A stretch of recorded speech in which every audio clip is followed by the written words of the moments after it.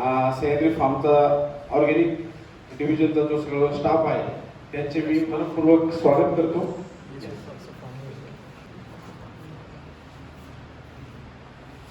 गिरजी साहेबांचं स्वागत करावं.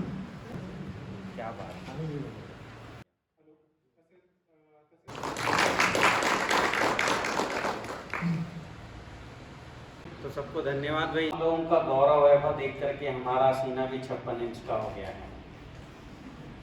क्या बात है, किसानों की ऐसी बड़ी संस्था रहती है तो वास्तव में गौरव की बात है. दूसरा गौरव मुझे लगा आपको देखकर 5000 हेक्टेयर जमीन पर आप जैविक खेती कर रहे हैं. जोरदार आप अपने लिए ताली बजाइएगा. भी किसानों की संस्था ऐसी भी कर सकती है कि मैं पूरा देश घूम रहा हूँ. अभी 3 महीने में तो समझ आइए मेरा 18 राज्यों में प्रवास हो चुका है. पिछले 3 जैसे कोरोना समाप्त हुआ लगातार यात्राएं चल रही. आप सब किसान हैं. एक और मुझे जानकारी दीजिए, इसमें से जैविक किसान कितने हैं? थोड़ा हाथ उठाइए. जैविक किसान, देश किसान, 1 2 3 4 5 6 7 8 9 10 11 12 13 14. बहुत बढ़िया. अभी कपास की खेती, जैविक कपास और जैविक में देसी कपास, एक ही किसान है. बहुत बढ़िया है. मैंने कपास के गद्दे में तकिया में सिर रख के सोइए, आपको ऐसा आनंद आएगा जैसे माँ की गोद में हम सिर रख के सोते हैं और जो आनंद आता है ना वही आएगा. देसी कपास, जैविक कपास के तकिए में सिर रख के सोइए, बहुत सुकून की नींद आएगी. मैं भी गया था फजील का, वहाँ सो के आया हूँ. देसी कपास, बहुत पुराने जमाने की तकिया और वही गद्दा और उसी की रजाई, बहुत सुकून की नींद आई. जयपाल सिंह जी फजील का, पंजाब से लगा, वो जो है पाकिस्तान से लगा हुआ है, 10 किलोमीटर है बस वहाँ से बॉर्डर. आप सब जैविक करना चाहते हैं, ये तो पक्का है ना? जबरदस्त करना चाहते हैं कि थोड़ी बहुत करना चाहते हैं? जबरदस्त. अच्छा एक बात बताइए, अगर जबरदस्त उत्पादन हो तो पूरे में करना चाहेंगे कि आधे में करना चाहेंगे? कोई किसान की इच्छा नहीं है जहर डालने की और किसी किसान की इच्छा नहीं यूरिया डीएपी डालने की, पर किसान का आत्मविश्वास नहीं है, उसके अंदर कॉन्फिडेंस नहीं है कि मैं ये करूंगा तो मेरी उपज आ ही जाएगी. ये कॉन्फिडेंस अभी मैं 1-1.5 घंटा लूं कि 2 घंटा ले लूं? 6 बजे तक. अच्छा 6 बजे तक ले लूं? अरे भाई मुझे भोजन भी करना है, फिर ट्रेन भी पकड़नी है. चलो मैं गारंटी दिलाता हूं, ये हॉल छोड़ते तक आप सब में इतना कॉन्फिडेंस आ जाएगा कि आप आराम से जैविक खेती पूरे खेत में कर सकते हैं. ये कॉन्फिडेंस आ जाएगा. गर्भस्थ शिशु संस्कार पर रीवा में ट्रेनिंग है हमारी 22, 23, 24, 25 अप्रैल. ठीक, वहाँ 3 दिन हम इस मिताली का आख्यान है तो वहाँ हम ये स्पेशल कार्यक्रम कर रहे हैं. आज तो इस पर चर्चा नहीं करेंगे, जिनको समझना है वहाँ आएंगे. चलो मैं विषय की शुरुआत करता हूँ. तो बम्पर प्रोडक्शन लेना है और जैविक खेती में बम्पर प्रोडक्शन नहीं आता है, ये दोनों बात सत्य है क्या? जैविक खेती में बम्पर प्रोडक्शन आता है, ऐसे कितने लोगों ने देखा है? खुद करके देखा है बम्पर प्रोडक्शन? 4 लोग. चारों लोग जरा खड़े हो जाओ अपनी जगह पर. ठीक, आपसे शुरू करो. सबसे पीछे क्या लगाया आपने अच्छा प्रोडक्शन आया? प्याज. अच्छा, कितना प्रोडक्शन प्याज में? कैसा अच्छी फसल है? अच्छी अभी निकालने का है. पिछले बार निकाल चुके हैं. पिछले बार बिया में गलत मिला. अच्छा इसलिए वो भाई ये करते हैं. अच्छा अच्छा. तो उगाले जी कब आए थे हमारे प्रशिक्षण में? 2 साल हो गए. 2 साल हो गए. ठीक, बैठिए. हमारे प्रशिक्षण में 2 साल पहले आए थे, वही कॉन्फिडेंस बोल रहा है इनके अंदर. और बताइए आपका? गेहूं का कितना प्रोडक्शन लिया? 27 क्विंटल 1 एकड़ में. एकड़ की बात कर रहे हैं. कौन सी वैरायटी? हाँ अच्छा, गवर्नमेंट की वैरायटी.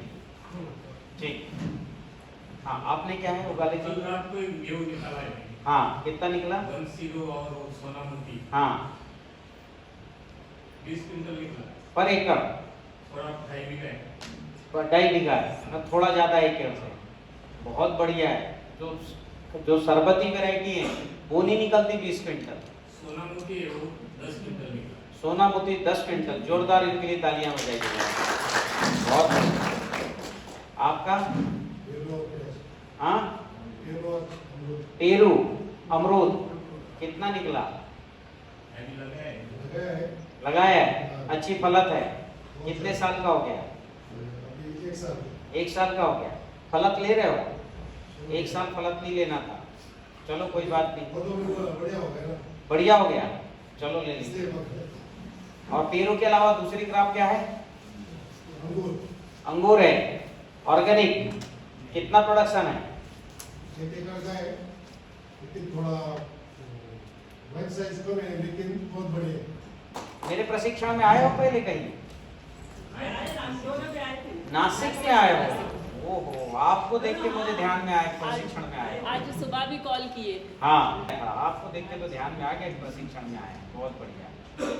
तो भैया ये है जो अपने मेथड से कर रहे हैं बेलजी भाई कृषि तकनीक, उन्हीं में कॉन्फिडेंस है। अपने मेथड पर करिए, यानी उस मेथड का मैंने नामकरण कर दिया है ताराचंद बेलजी कृषि तकनीक। क्योंकि कोई कहानी होती है तो उसका शीर्षक लिखना जरूरी होता है कि नहीं? क्योंकि जैसे कि शीर्षक बोलोगे पूरी कहानी याद हो जाएगी, शीर्षक नहीं रखोगे तो कहानी याद होगी क्या?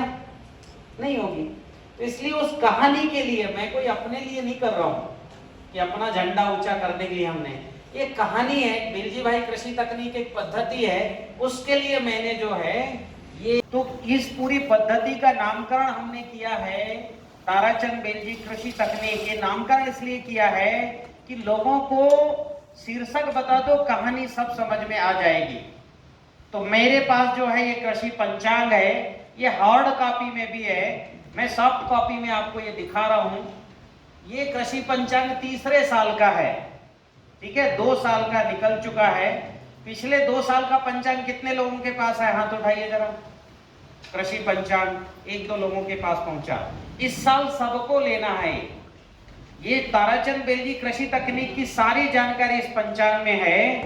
और पंचांग के सबसे नीचे किस माह क्या काम करना है ये सब लिखा हुआ है। और पंचांग के पीछे जो है ये फार्मूले लिखे हुए हैं। फार्मूले है, इस पर क्रमशः चर्चा शुरू करता हूं। आप सबसे ऊपर जो चक्र देख रहे हैं वो प्रकृति का ऊर्जा विज्ञान है। ये दर्शन जो है ये मेरे कंसेप्ट में पिछले 6-7 साल में चिंतन, प्रकृति का चिंतन करते हुए आया है कि प्रकृति में कैसे जो है ऊर्जा एक जगह से दूसरे जगह ट्रांसफर होती है। क्योंकि इस प्रकृति में सारा काम ऊर्जा करती है। क्या करती है? ऊर्जा। इस प्रकृति में 2 ही चीजें हैं, एनर्जी और मैटर। मैटर जब इकट्ठी हो, एनर्जी जब एक जगह इकट्ठी हो जाती है तो वो कहलाता है मैटर, और यही मैटर जब डिजॉल्व हो जाता है तो वो कहलाती है एनर्जी। तो कोई भी मैटर डिजॉल्व होके क्या बन जाती है? एनर्जी। और एनर्जी एक जगह इकट्ठे होके क्या बन जाती है? मैटर। जैसे हम क्या हैं? हम हैं तो एनर्जी, पर एक जगह ये एनर्जी इकट्ठी हो गई, उसके आंख का नाक बन गया तो कहलाया मनुष्य। एक पेड़ के अंदर एनर्जी इकट्ठी हो जाए तो वो क्या कहलाता है? पेड़ पौधा हो गया। तो एनर्जी जब एक जगह इकट्ठे हो जाती है तो वो मैटर कहलाता है। और हम तुम पेड़ पौधे और इवन ये धरती, चंद्रमा और सूर्य, ये सब क्या है? मैटर है। क्या है? मैटर है। और सारे मैटर एनर्जी के लिए जीते हैं। किसके पाने के लिए जीते हैं? एनर्जी के लिए। जितना एनर्जी, आपको जितनी एनर्जी मिलेगी आपकी ताकत उतनी बढ़ेगी कि घटेगी? बढ़ेगी। और एनर्जी घट गई तो आपकी लाइफ भी संकट में आ जाता, ताकत ही नहीं। तो हम अल्टरनेट यूज, बोलते हैं तो ताकत यूज होता है, चलते हैं तो ताकत, खाना पचाते तो ताकत, हर काम में ताकत इस्तेमाल होता है। तो इस प्रकृति में सब कुछ एनर्जी है। एनर्जी मैटर को बनाती है, मैटर एनर्जी के लिए जीता है। जितना एनर्जी मिलेगा मैटर उतना ज्यादा शक्तिशाली होगा। सूर्य के अंदर बहुत ज्यादा मैटर है और वो एनर्जी में कन्वर्ट हो रहा है हाइड्रोजन से हीलियम, इसलिए हमको सूर्य रोज दिखाई दे रहा है। तो इस पूरी प्रकृति में एनर्जी है, अपनी खेती एनर्जी बेस्ड है। मैं कहीं भी किसी में खेत पे जाता हूं, आपने देखा होगा माला घुमाते रहता हूं मैं। देखा है किसी ने यूट्यूब में माला घुमाते हुए? कितने लोग मेरा यूट्यूब चैनल देखते? थोड़ा हाथ उठाओ। संख्या तो कम है, मुझे हर बात को बतानी पड़ेगी। जो यूट्यूब देख चुके हैं उनको ज्यादा बताने की जरूरत नहीं है। अब मैं थोड़ी सी गहरा विषय रखूंगा, मतलब ज्यादा बातें तो नहीं बताऊंगा, पर जो बात बताऊंगा वो कंप्लीट बताऊंगा, ठीक है? तो अभी मैं किसी भी खेत में जाता हूं तो पौधे की एनर्जी चेक करता हूं, पानी की एनर्जी चेक करता हूं, मिट्टी की एनर्जी चेक करता हूं, और पता है मुझे क्या मिलता है? हिंदुस्तान में 90 से 95% जगह पर मिट्टी निगेटिव मिली है। क्या मिली है? निगेटिव। मिट्टी को हाथ में रखेंगे ताकत घट जाएगी। कोई मिट्टी लेके तो नहीं आया? आना चाहिए था। आप मिट्टी हाथ में रखो, ताकत अगर घट जाती है, वो प्रयोग में कुछ और चीज में यहां करके बताता हूं कैसे खेत में प्रयोग करना। अगर आपकी ताकत घट गई तो वो मिट्टी क्या है भाई? आपकी ताकत को खत्म कर दी। कितना % कर देती? 90% ताकत खत्म कर देती है। तो जो मिट्टी मनुष्य की ताकत खत्म कर दे तुरंत, क्या वो फसल की ताकत बढ़ाएगी कि घटाएगी? घटाएगी। तो जहां मिट्टी निगेटिव है वहां किसान सर पीट ले। सर पीटना यानी आखिरी होता है ना, जब थक जाएगा तब भी वो जो है वहां फसल नहीं मिलने वाली, क्योंकि मिट्टी ही निगेटिव है। तो क्या फसल आएगी? फिर पानी भी निगेटिव मिला है 10% जगहों पर। पानी मुझे हर जगह पॉजिटिव मिल रहा है, मिट्टी हर जगह निगेटिव मिल रही है। मिट्टी क्या मिल रही है? निगेटिव, पर पानी पॉजिटिव मिल रहा है। हवा लगभग 99% जगह पॉजिटिव मिली है। सूर्य प्रकाश 100% जगह पॉजिटिव है। तो मिट्टी निगेटिव है, पानी पॉजिटिव है, हवा पॉजिटिव है, सूर्य प्रकाश पॉजिटिव है। ये 3 चीजें पॉजिटिव है। आकाश तत्व भी लगभग हर जगह, कुछ जगह छोड़ के पॉजिटिव है। तो भूमि, गगन, वायु, अग्नि, नीर, आप ही देख रहे हैं ना, पंच महाभूत बोलते हैं इनको। भूमि का भा, गगन का गा, वायु का वा, अग्नि का आ, नीर का ना। तो क्या बन जाएगा? भगवान। क्या बनेगा? भगवान। बनता है कि नहीं बनता है? भूमि, गगन, वायु, अग्नि, नीर, भ ग व आ ना। भूमि का भा, गगन का गा, वायु का वा, अग्नि का आ, नीर का ना। क्या बन गया? जोर से बोलो। तो जहां भगवान मजबूत है वहां हर फसल बम्पर होगा, पॉजिटिव है। जहां भगवान में से भूमि तत्व जो माता तत्व वो निगेटिव है और बाकी सब पॉजिटिव है, वहां संघर्ष होते रहेगा। मान लो गगन, वायु, अग्नि, नीर तत्व ने ज्यादा ऊर्जा दे दिया तो फसल उस साल पक जाएगी। लेकिन अगर भूमि, गगन, वायु, अग्नि, नीर ने ताकत उतना नहीं दिया और मिट्टी निगेटिव ऑलरेडी, तो फसल संघर्ष होगा, बीमार भी होगा। जहां की मिट्टी निगेटिव है वहां फसलें बीमार भी होंगी। आप रासायनिक डालो, जैविक डालो, कुछ कर लो, बीमारी आना ही है। आप फंगस से बचाओगे तो वायरस आएगा, वायरस से बचाओगे तो रस चूसक कीट आएंगे, रस चूसक कीट से बचाओगे तो कुतरने वाला कीट, यानी बीमार हो ही जाएगी फसल। थोड़ा सा भी प्रतिरोधक क्षमता खत्म हो गया तो भी फसल खत्म होने वाली है। ये नेगेटिव मिट्टी को कैसे जांचेंगे? 2 लोग यहाँ सामने आइए, ठीक है? एक लोग आइए, अभी मैं करके दिखाता हूँ, और इसकी कोई बहुत जरूरत नहीं है, मैं ऐसे ही बोल के दिखाता हूँ। आ जाओ, कोई भी एक व्यक्ति आ जाओ, आओ, आइए। महाराष्ट्र की शान इधर सामने आइए। ठीक, आप आ रहे हो? ठीक है, चलो आप बैठ जाओ। आप इनको आने दो जरा, युवक चाहिए मुझे। ठीक, अभी युवक ने क्या है, इनके पास क्या निगेटिव मैंने तो देख लिया, अभी मैं आपको दिखाता हूँ। मुट्ठी बंद करो। अब कैसे मिट्टी नापोगे? ये देखो, ये विधि वैद्य राजेश कपूर विधि है जो मैं कर रहा हूँ। ऊर्जा नापने की ये विधि किसकी है? हाँ, लिख लो, वैद्य राजेश कपूर। उन्होंने लाखों लोगों में ये ऊर्जा नपवाया। मेरी विधि तो माला की है, ठीक? तो उसमें एक व्यक्ति ऐसे खड़ा होगा, दूसरा व्यक्ति यहाँ ऐसे खड़ा होगा। क्यों? हमको ताकत नापती, मैं इनका हाथ को दबाऊंगा, ये रोकेंगे, तो मेरा भी ग्रिप ठीक बना, इसका भी ग्रिप समझ रहे हो कि नहीं?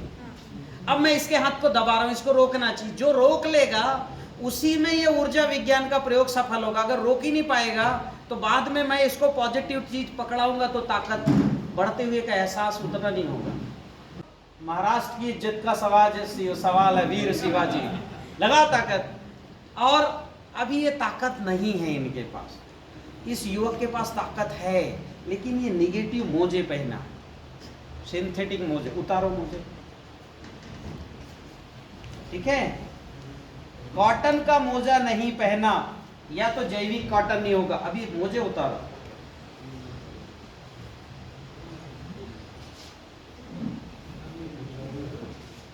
गहरी सांस लो। अभी देखते हैं इनकी ताकत कितनी है। जब भी मैंने थोड़ी ताकत लगाई थी और ताकत बढ़ाया, मैंने बढ़ाया और ये देखो रोक लिया आसानी से। लगाओ, लगाओ ताकत। ये देखो, ये देखो, ये रोक लिया। अब जरा मोजे के ऊपर खड़े हो जाओ, मोजा ऐसे लंबा करो और खड़े हो जाओ मोजे के ऊपर। बस मोजा ऐसे लंबा रखो, हाँ ऐसे लंबा करो और खड़े हो जाओ। अभी देखते हैं वही ताकत मैं लगा रहा हूं। लगाओ, रोको, हाँ लगाओ। कुछ नहीं है, रोक तो रहा है ऐसे करके, पर कुछ ताकत नहीं है। बची ताकत थी कितनी, खत्म हो गई। अरे सब कुछ खत्म हो गई, ताकत ही नहीं। अब ये मोजा उठाओ जरा। ये पैर जो है प्लग पॉइंट है एनर्जी का। क्या है? जैसे आपने प्लग में लगाओगे और पंखा चालू करोगे, कितने देर में चालू हो जाएगी? थोड़ी देर में। बटन बंद किए, पंखा बंद। टाइम लगा क्या? तो हम इसको चमत्कार मानते हैं क्या? तुरंत चला गया उसको? नहीं मानते, क्योंकि ये एनर्जी की स्पीड है 3 लाख किलोमीटर पर सेकेंड। तो जैसी ये निगेटिव चीज पकड़े, अभी इनको ये दूसरा प्लग पॉइंट ये है, इनके हाथ में पकड़ाता हूं। ये मोजा भैया हाथ में पकड़ लो, उसको छोड़ दो, नीचे रखो। ये दूसरा प्लग पॉइंट क्या है? ये। अभी ये देखो, अभी इन्होंने पैर में नहीं रखा मोजा, हाथ में पकड़ा है, सेकंड प्लग पॉइंट, और ताकत खत्म। लगाओ ताकत भाई, क्या कर रहे हो? लगाओ। कुछ नहीं है, ताकत खत्म हुई कि नहीं? अब इसको रख दो नीचे। अब ये जो है सिंथेटिक चीज से दूर हो गया। एक गहरा सांस लो और मेरी ताकत को रोको। और अभी इसकी ताकत बराबर है। लगाओ ताकत, हाँ। और ये ताकत अभी रोक पा रहा है। रोक रहे हो ताकत? हाँ। क्या हो रहा है? नहीं पता। तो अभी जाओ ये लेके जूते मोजे। अब मेरे को ये बताओ, ऐसे ही आपको मिट्टी नापना है। एक नहीं कई चीजों में कर सकते हैं। हमारे पास कई चीजें हैं। स्टील का ग्लास में पानी पीजिए, ताकत खत्म। तांबे में पीजिए, ताकत बढ़ जाएगी। सिंथेटिक पौधे हाथ में पकड़ लो। कौन से पौधे? सिंथेटिक नहीं, सॉरी, निगेटिव प्लांट्स। एक व्यक्ति और आओ, कोई भी आ जाओ जिनको और दोबारा प्रयोग करना हो। आ जाओ, आ जाओ।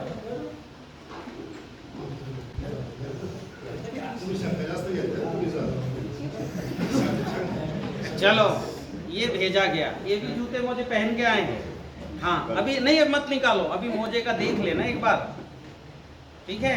हाँ, अभी करो। अगर इनके मोजे सिंथेटिक होंगे तो ये नहीं रोक पाएंगे। मुट्ठी बंद करो, लगाओ, ताकत लगाओ, रोको। अरे मैं दबा रहा हूँ, रोको। हाँ, रोको रोको रोको। नहीं है ताकत, लगाओ, ताकत लगाओ। अब मोजे उतारो। देखो यहाँ अपने पास 10-12 निगेटिव चीजें देख रहा हूं मैं।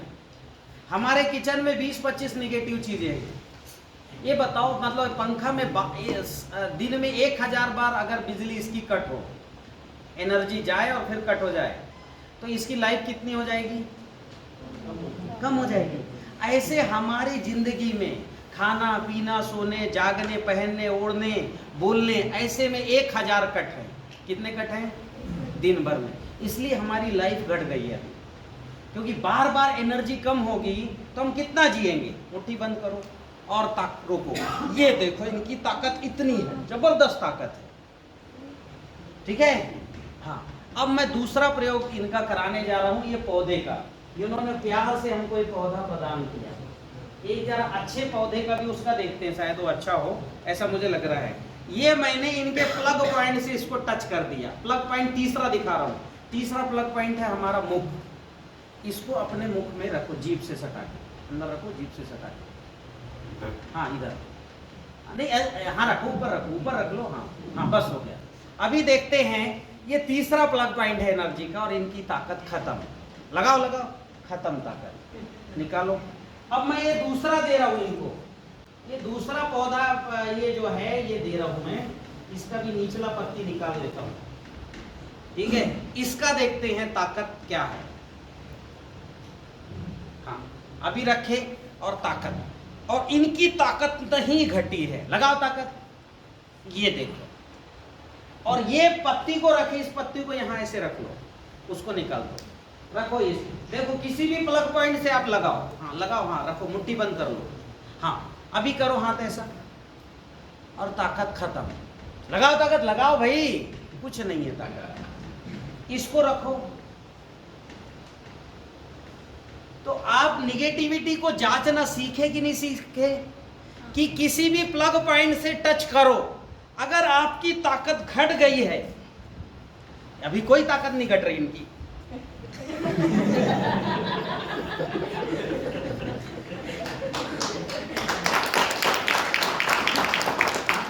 आप जाके अपने घर में हर चीज को जांचो, खाना पीना, खेत की चीजें, बीज लेना है, पहले हाथ में रखो, ताकत घट जाए तो जीएम सीड है, निगेटिव सीड है, यूज मत करो। आपके जाओ बैठिए, आपके खाने पीने की चीजें हैं वो यूज करो, आप ऐसे ही हाथ में रखिए। और जिनको माला सीखना है तो गुरु दक्षिणा लेके मेरे पास आ जाना, फिर कोई जरूरत ही नहीं पड़ेगी, मैं माला से बता दूंगा इसका कंसेप्ट। इसको आधुनिक विज्ञान में डाउजिंग बोलते हैं, पहले पेंडुलम कहा जाता था। देखो इसका विज्ञान क्या है, अगर कहीं से तेजी से पानी ऊपर की ओर निकले, पाइप से निकले, वो कैसा निकलता है, क्लॉकवाइज ऐसे घूमते हुए। और कहीं किसी छेद में पानी तेजी से अंदर जाता हो तो वहां पानी कैसे जाता है, एंटी क्लॉक, क्योंकि वहां तेजी से अंदर जा रहा है तो ऐसे जाएगा, क्योंकि पानी लिक्विड है इसलिए दिख रहा है गोल घूमते हुए, लेकिन ऊर्जा उससे भी क्या है, ज्यादा लिक्विड है।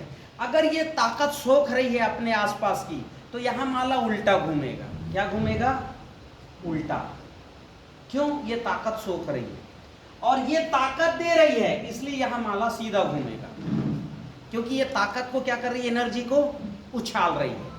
तो आप ये सीख लो, ये हाथ की जरूरत ही नहीं ताकत लगाने की। तो इसको बोलते हैं, हमारे पूर्वज हर पूर्वज इसको रखता था, खाने पीने हर चीज को जांच करता था, निगेटिव है कि नहीं, निगेटिव होगा तो उसको यूज ही नहीं करते थे। इसलिए आज के 40 साल पहले हमारी जिंदगी में एक भी निगेटिव चीज नहीं थी,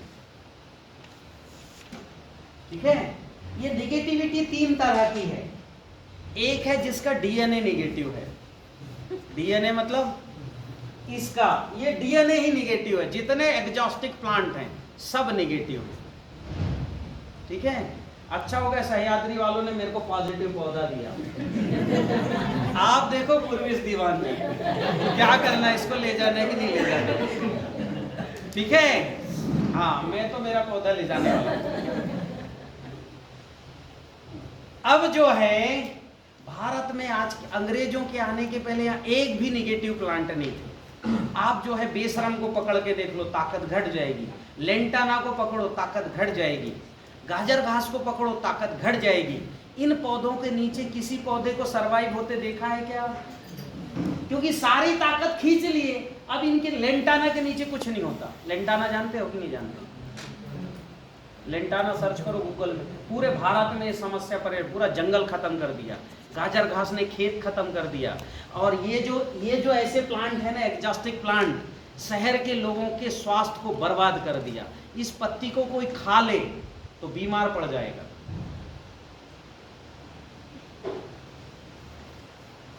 तो हमने जाने अनजाने नकारात्मक पौधे, इनके डीएनए निगेटिव हैं। दूसरी प्रक्रिया के कारण निगेटिविटी आई। जैसे आप जो है गन्ने की शीरा को 1000 डिग्री टेम्परेचर में उबालोगे तो क्या बन जाता है? शक्कर। तो 1000 डिग्री टेम्परेचर में उबालोगे तो उसके इलेक्ट्रॉन्स जो हैं क्या होते हैं? उसके इलेक्ट्रॉन्स छिन्न भिन्न हो जाते हैं। छिन्न भिन्न मतलब आपने देखा होगा परमाणु के चारों तरफ इलेक्ट्रॉन ऐसा घूमता है, इसको बोलते हैं इलेक्ट्रिक परिपथ कहलाता है। अब अगर किसी को तेजी से उबालोगे गन्ने के रस को तो उसके इलेक्ट्रॉन्स इधर उधर दौड़ने लग जाएंगे, परिपथ छोड़ देंगे। इनको बोलते हैं अंग्रेजी में फ्री रेडिकल्स। क्या बोलते हैं? और फ्री रेडिकल्स के कारण कैंसर होता है। और इसलिए आप देखिए जब से आदमी ने रिफाइंड शक्कर, शक्कर को क्या बोलते हो आप महाराष्ट्र में? शक्कर, रिफाइंड नमक और रिफाइंड तेल खाए, तब से कैंसर की मात्रा बढ़ी है। इसलिए जो जहर खा रहा था गांव का आदमी 200 साल से, हुक्का पी रहा था, गुटखा खा रहा, तंबाकू खा रहा था, उसको नहीं हुआ। जब से शक्कर खाना शुरू किए, रिफाइंड नमक, रिफाइंड तेल, कैंसर बढ़ गया।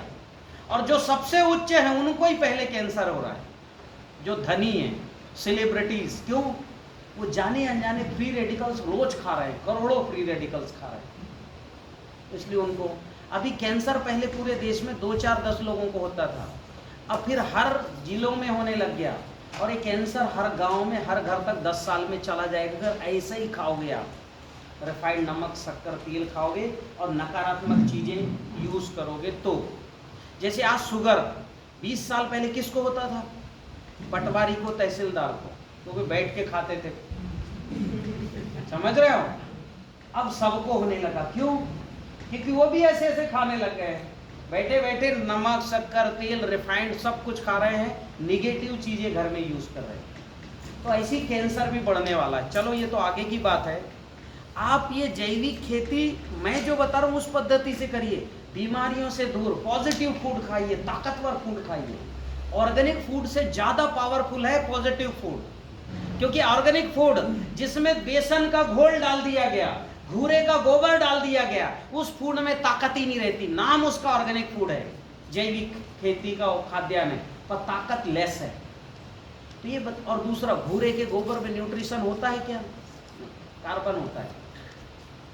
तो अब न्यूट्रिशन जिसमें नहीं रहेगा वो खाओगे, क्या लाभ होगा भाई? अभी आप जहर वाला खा रहे हो, फिर कुपोषण वाला खाओगे, दोनों से मनुष्य का स्वास्थ्य खत्म होगा, हिडन हंगर जिसको बोलते हैं। तो अभी जो है, जो लोग परंपरागत खेती के नाम पर घूरे का गोबर डाल रहे हैं या बेसन वाला घोल डाल, बेसन का घोल समझ रहे हो कि नहीं समझ रहे हो? गोबर, गोमूत्र, गुड़, बेसन का जो घोल है, उसकी खेती कटल खत्म, कुछ नहीं है। और गन्ना वगैरह इसलिए अच्छा हो जाता है कि उसकी जड़ गहरी चली जाती है और हवा, पानी, सूर्य प्रकाश से ज्यादा ताकत ले लेता है। तो मिट्टी में उसका प्रभाव, मिट्टी का प्रभाव उस पर कम पड़ता है, तो थोड़ा बहुत प्रोडक्शन उससे आ जाएगा। लेकिन मूंग, मटर, चना, मसूर वगैरह लेके दिखाओ मुझे आप बेसन का घोल डाल के, कभी अच्छा नहीं हो सकता। मैंने देखे ऐसे 20 किसानों की सक्सेस स्टोरी, मैंने 20 किसानों की जो है स्टोरी डाली है, अनसक्सेस स्टोरी डाली है। तो वापस आते हैं, मिट्टी का पॉजिटिव करना या मिट्टी का निगेटिव होना खेती की छोटी समस्या है कि बड़ी समस्या है? हाँ? और बोल नहीं रहे हो आप अच्छे से। छोटी है कि बड़ी? इतनी है कि इतनी है? बहुत बड़ी। सबसे बड़ी समस्या है कि कम समस्या है?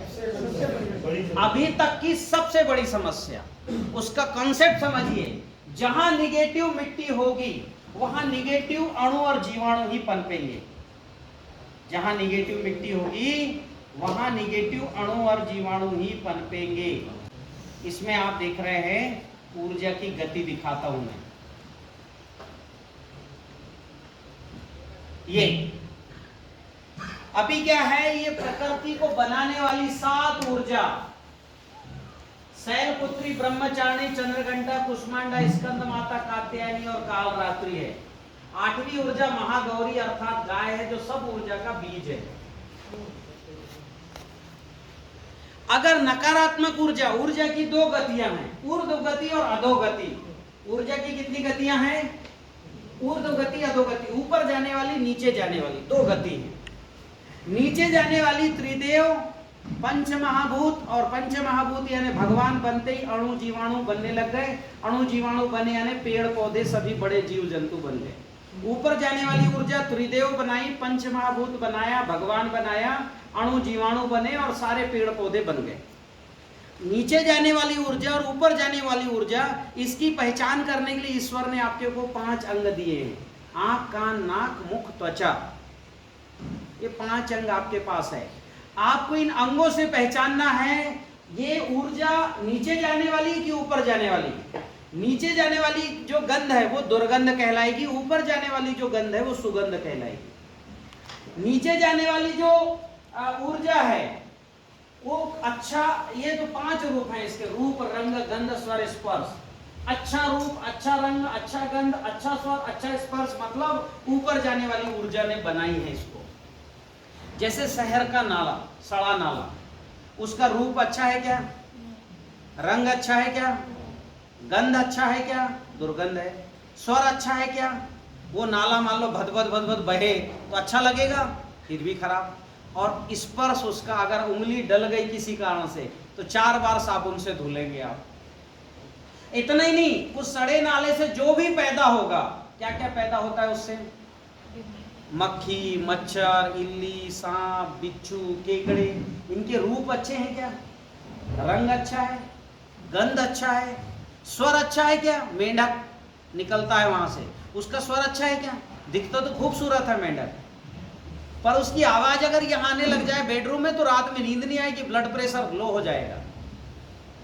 जबकि वो आपका कुछ नहीं बिगाड़ सकता, लेकिन वो नकारात्मक ऊर्जा से पैदा हुआ है, तो उसका रूप रंग गंध स्वर स्पर्श पूरे उसके स्वर के कारण आपका ब्लड प्रेशर घट जाएगा, आपका जो है ताकत घट जाएगी। जैसे मैंने हाथ का प्रयोग करा के देखा ना, उसको सुनिए, ताकत घट जाएगी। तो ऐसा है जो नकारात्मक ऊर्जा है उसका रूप रंग गंध अच्छा नहीं होता, और इससे बनने वाली इकोलॉजी भी निगेटिव ही होती है। इसलिए ऊर्जा को बदल सकते हो तो ऊर्जा को ही बदल सकते हो, एक बार मैटर बन गया उसको आप नहीं बदल सकते। मेरी बात समझ रहे हो?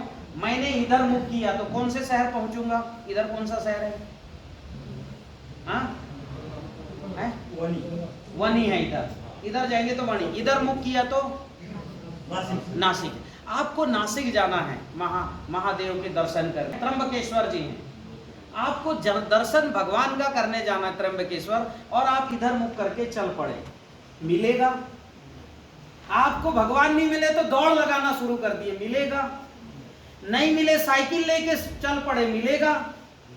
फिर नहीं मिले तो जमीन बेच के कार लेके चल पड़े, भगवान से मिलना, मिलेगा? साधन जितने बड़े करोगे भगवान से दूरी बढ़ेगी कि घटेगी?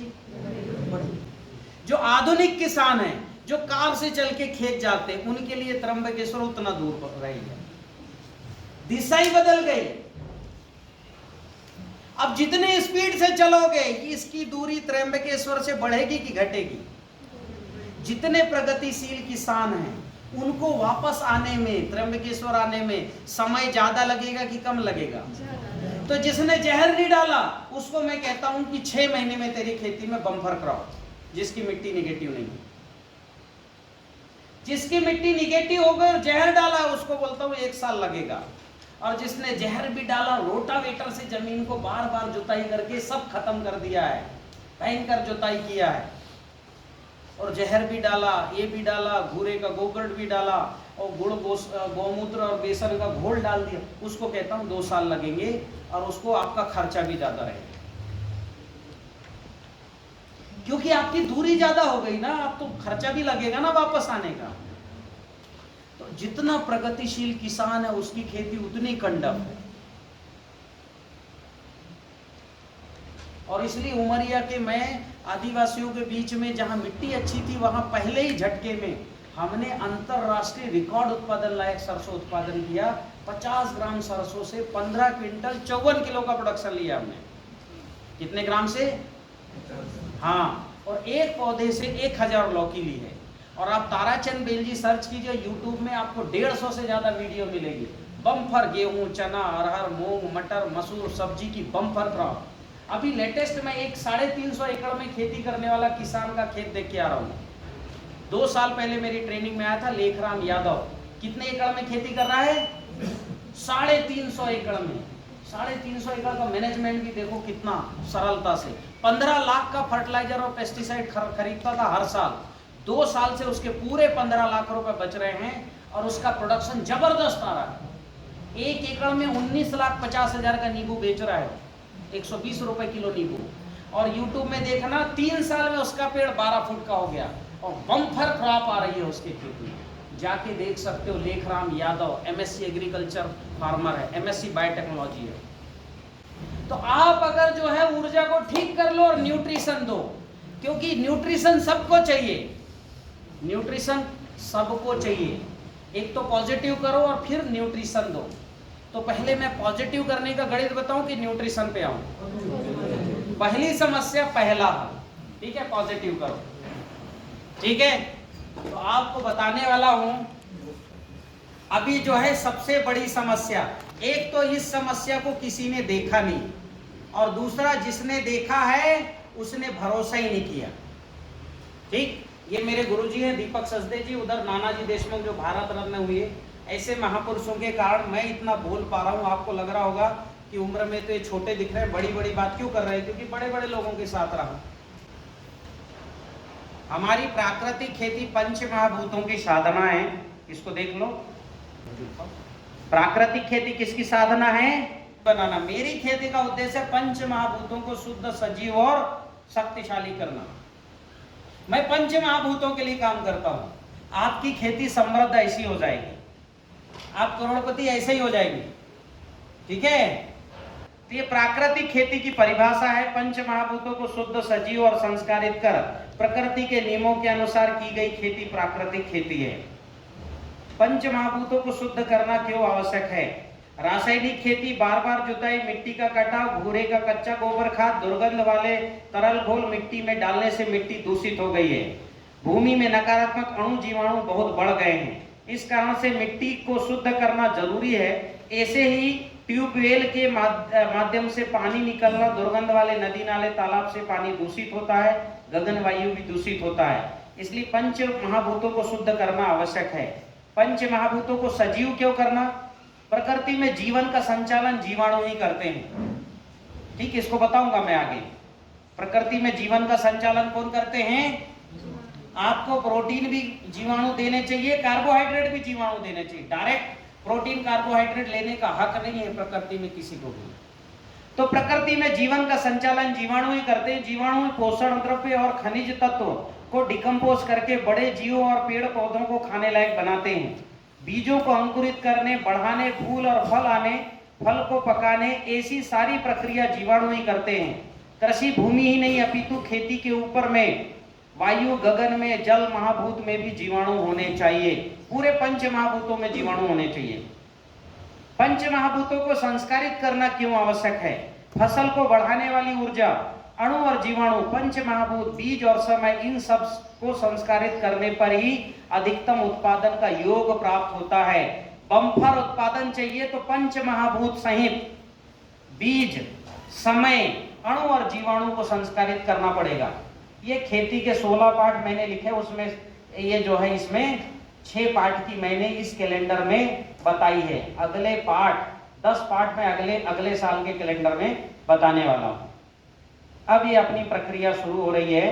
प्राकृतिक खेती कृषि तकनीक में की प्रक्रिया पहले है ऊर्जा की जांच, ये मैंने आपको सिखा दी, ठीक है। थोड़ा इसकी इबारत को पढ़ लेते हैं। ताराचंद बेलजी कृषि तकनीकी नाम क्यों लिखा है मैंने इसको बताया आपको कि एक खेती की नई ही टेक्नोलॉजी आ रही है पूरी दुनिया में, नई टेक्नोलॉजी। इस पे ना किसी ने सोचा ना किया, तो इसका नाम देना जरूरी था कि नहीं था? हाँ कि ना? हाँ। अब मैं अपने झंडे को के लिए नहीं किया, ये जरूरी था इस कहानी का नामकरण इसलिए किया है, ठीक है। तो इस तकनीक की जो है ताराचंद बेलजी कृषि तकनीकी प्रकृति के ऊर्जा विज्ञान पर आधारित है। यह तकनीकी पंच महाभूतों भूमि, गगन, वायु, अग्नि, नीर को शुद्ध, सजीव और संस्कारित करती है। फसलों को स्वयं पोषी, स्वयं विकासी, स्वयं व्यवस्था को स्थापित करता है। अपने आप फसल, ये जैसे पेड़ पौधे अपने आप फल फूल रहे कि नहीं फल फूल रहे? कोई देता है बड़े पेड़ों को पानी? कोई यूरिया या जैविक खाद देता है क्या? कोई इसमें कोई स्प्रे करता है क्या? अपने आप पेड़ों में फल आते हैं कि नहीं आते? अपने आप आपकी फसल में आपकी फसल आएगी। आपको निश्चित समय पर बोना है बस, और कुछ काम नहीं करना। ये व्यवस्था खेत में खड़ी करना। उपलब्ध खाद्यान्न ऊर्जा से पूर्ण और षड्रस युक्त पौष्टिक होता है। बेलजी भाई कृषि तकनीक से उत्पादित खाद्यान्न खाइए, खुशी से नाच उठेंगे। इतना ज्यादा उसमें ताकत भी है और षड्रस मतलब 6 रस भी है। भाई किसी चीज को खाओगे रस अच्छा मिलेगा तो आनंद आएगा कि नहीं आएगा? ठीक है। बेलजी भाई की प्रणाली में समग्र ग्राम विकास को नानाजी देशमुख की परिकल्पना को पूरा करना चाहते और इस कार्य के लिए संकल्पित हैं। नानाजी देशमुख की परिकल्पना थी कोई गरीब ना रहे, कोई बीमार ना रहे, कोई बेकार ना रहे, कोई अशिक्षित ना रहे और हरा भरा विवाद मुक्त गांव हो। तो ये कल्पना केवल इस मेथड से, प्राकृतिक खेती या ताराचंद बेलजी कृषि तकनीक से बड़े बड़े काम होने वाले हैं। मेरा तो कॉन्फिडेंस है, आगे और अगली पीढ़ी देखेगी क्या करना है। तो पहला, मिट्टी की ऊर्जा की जांच करना। सीख गए जांच करना, हर व्यक्ति कर लेंगे, क्योंकि हमारे घर में 80% निगेटिव चीजों को महिलाएं यूज कर रही हैं। सारे कॉस्मेटिक निगेटिव, खाने का बर्तन निगेटिव, प्लास्टिक के, स्टील के बर्तन, कपड़े सिंथेटिक चमकदार होने चाहिए, कॉटन नहीं, चमकदार होने चाहिए। फिर झूठ बोलना, झूठ बोलने से भी ताकत घटती है। एक व्यक्ति आ जाओ, कोई भी बताता हूँ, आ जाओ कोई भी व्यक्ति आओ, फटाक से आओ। झूठ बोलने से कैसे ताकत घटती है, आ जाओ आप ही आओ,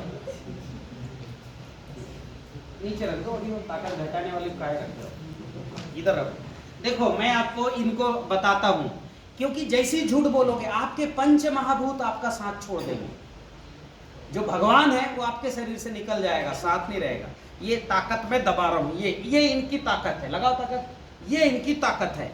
हालांकि हाथ को दबा दिया पर मुझे बहुत ताकत लगी। एक बार इन सबको झूठ बोलो, मैंने लाल टी शर्ट पहना है, बोल दो। हाँ बोलो, हाँ बोलो, उसी बोलने के लिए तो आए हो। रेड टी शर्ट मैंने पहना है। हाँ ठीक है, अभी जाइए। हाँ नहीं अभी इनको जाओ। अभी देखो इन्होंने सरेआम झूठ बोला है, ठीक है। लगाओ भैया ताकत, जितनी जोर है देखते हैं। और कुछ नहीं है ताकत, लगाओ ताकत, लगाओ भाई, बची कुछ ताकत, कुछ भी नहीं। अब पहले सबसे क्षमा मांगो और बोलो मैंने सफेद, ये सफेद टी शर्ट है ना, क्षमा मांगो, मांगो क्षमा, सॉरी बोलो। हाँ मी सफेद शर्ट घातलेलं आहे। हाँ ठीक है। अभी देखो इन्होंने क्षमा मांगा है, दिल से मांगा हो तो ही और ये इनकी ताकत वापस आ गई। आई कि नहीं आई? तो ये चौथे तरह की निगेटिविटी है।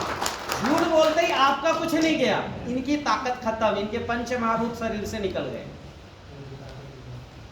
ठीक, तो ये जो है, अब आपको मिट्टी को पॉजिटिव करना है। क्या करना है? मिट्टी। एक मुझे जो है स्टील के ग्लास में पानी चाहिए, इसमें नहीं, अभी ये भी खुद नेगेटिव है, मैं इसी से प्रयोग करके दिखा देता हूं, आ जाओ। ठीक है, अब मैं आपको पॉजिटिव करने की कला सिखा रहा हूं। एक है परमानेंट, एक बार करो परमानेंट मिट्टी पॉजिटिव हो जाएगी, और दूसरा है टेम्परेरी। अग्निहोत्र भस्म तो लाए नहीं होंगे, चलो अभी परमानेंट, टेम्परेरी और परमानेंट सिखाता हूं। तो आपको बताओ पहले कौन सी सीखनी, परमानेंट पॉजिटिव करने की कला की टेम्परेरी? सब परमानेंट में जाना चाहते हैं, ठीक है। तो परमानेंट अग्निहोत्र करना है तो मेरी गाड़ी में अग्निहोत्र भस्म रखा है, ठीक है। स्टील का ग्लास भी आके रख दो। परमानेंट पॉजिटिव करने की लाए हो क्या भस्म? करते हो, ठीक। तो परमानेंट तो मिताली को फिर से कार में जाना पड़ेगा और भस्म लाना पड़ेगा, ठीक है। तो ठीक है, पीजिए और जाइए चाबी लेके। हम जब भी बताने वाले थे वो रह गया। वापस हम आते हैं कि अब पॉजिटिव करना है तो पहले मैं तात्कालिक उपाय बताता हूँ। एक व्यक्ति आओ यहाँ जिसने चाय ना पिया हो, या कौन सा काढ़ा आ रहा है ये मैं चेक कर लेता हूँ, निगेटिव है कि पॉजिटिव है। आप आ जाओ, ठीक, हाँ आप दोनों हाथ ऐसे करो। अभी देखते हैं हम इनकी ताकत, और मैंने हाथ को दबाना शुरू किया और जोरदार ताकत है इनके पास भी। अब क्या होता है, दोनों हाथ की ग्रिप रहती है ना, तो ग्रिप के कारण भी पकड़ बढ़ जाती है, तो ग्रिप के कारण भी ताकत बढ़ जाती है, ठीक। अभी जो है इसका एक घूंट पानी पीजिए इससे, हाँ पानी पीजिए, ऊपर से जूठा निकालिए। अभी इन्होंने पानी पी है, देखते हैं इनकी ताकत बढ़नी चाहिए घटनी चाहिए? घटनी चाहिए। बढ़नी, खत्म हो गई है ताकत। लगाओ ताकत, लगाओ भाई, कुछ ताकत नहीं इनके पास बची, क्या कुछ नहीं बची। अब ये क्योंकि हमारे पूर्वज जो सोना, चांदी, तांबा, जिंक और पारा बना सकते थे, यही है ये। क्या वो स्टील नहीं बना सकते थे? मेरी बात सुनो, तो हमारे पूर्वज जो जिंक और पारा जिंक बनाना सरल नहीं है। 999 डिग्री टेम्परेचर में वो कठोर रहता है, जिंक नहीं निकलता, और 1000 डिग्री टेम्परेचर में हवा में उड़ जाता है। तो एग्जैक्ट उनको ज्ञान था, 999.5% में जिंक निकाल लेते थे। तो जो जिंक धातु बनाना जानते थे, क्या वो स्टील नहीं बना सकते थे? पर नहीं बना, क्योंकि उनको पता था स्टील निगेटिव है। इसका रूप आपको लग रहा हो अच्छा, पर लगातार देखो आंख हट जाएगी, पलक झपक जाएगी। इसका रंग, इसका गंध, इसका स्वर, आप ऐसा बजाइए। स्टील का आवाज अच्छा लगता है कि कांसे पीतल का? कांसे पीतल। कांसे पीतल में पीएंगे ताकत बढ़ जाएगी। अब मैं इस स्टील की पानी को पॉजिटिव करने की कला सिखा रहा हूँ। यही आप कर सकते हो मिट्टी के साथ भी, क्योंकि मिट्टी लाए नहीं हो, इसलिए प्रयोग मैं किस पे कर रहा हूँ? पानी। ये दोनों अभी कोई भी, ये टेम्परेरी आपको सिखा रहा हूँ, लेके आओ ना में। अभी आपको मैं टेम्परेरी सिखा रहा हूँ पॉजिटिव करना, फिर जब तक भस्म आएगा फिर परमानेंट सिखाऊंगा, ठीक? तो आगे देखो, ये दोनों को पकड़ के और माथे से लगाओ। इनको मैं ध्यान और प्रार्थना करवा रहा हूँ। क्या करवा रहा हूँ? जैसे आप प्रार्थना करोगे ध्यान ऑटोमेटिक हो जाता है। सामान्य इंसान को पहले प्रार्थना सिखाई जाती है, क्योंकि ध्यान एकदम से नहीं कर सकते, ध्यान में विचलन होता है।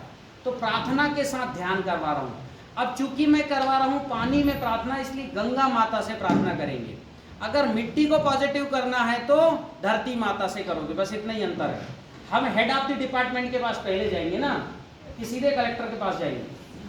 पहले हम शिक्षा विभाग के पास जाएंगे या प्रिंसिपल के पास, फिर कलेक्टर को गुहार लगाते हैं। तो वैसे अभी एचओडी, पानी का एचओडी कौन है?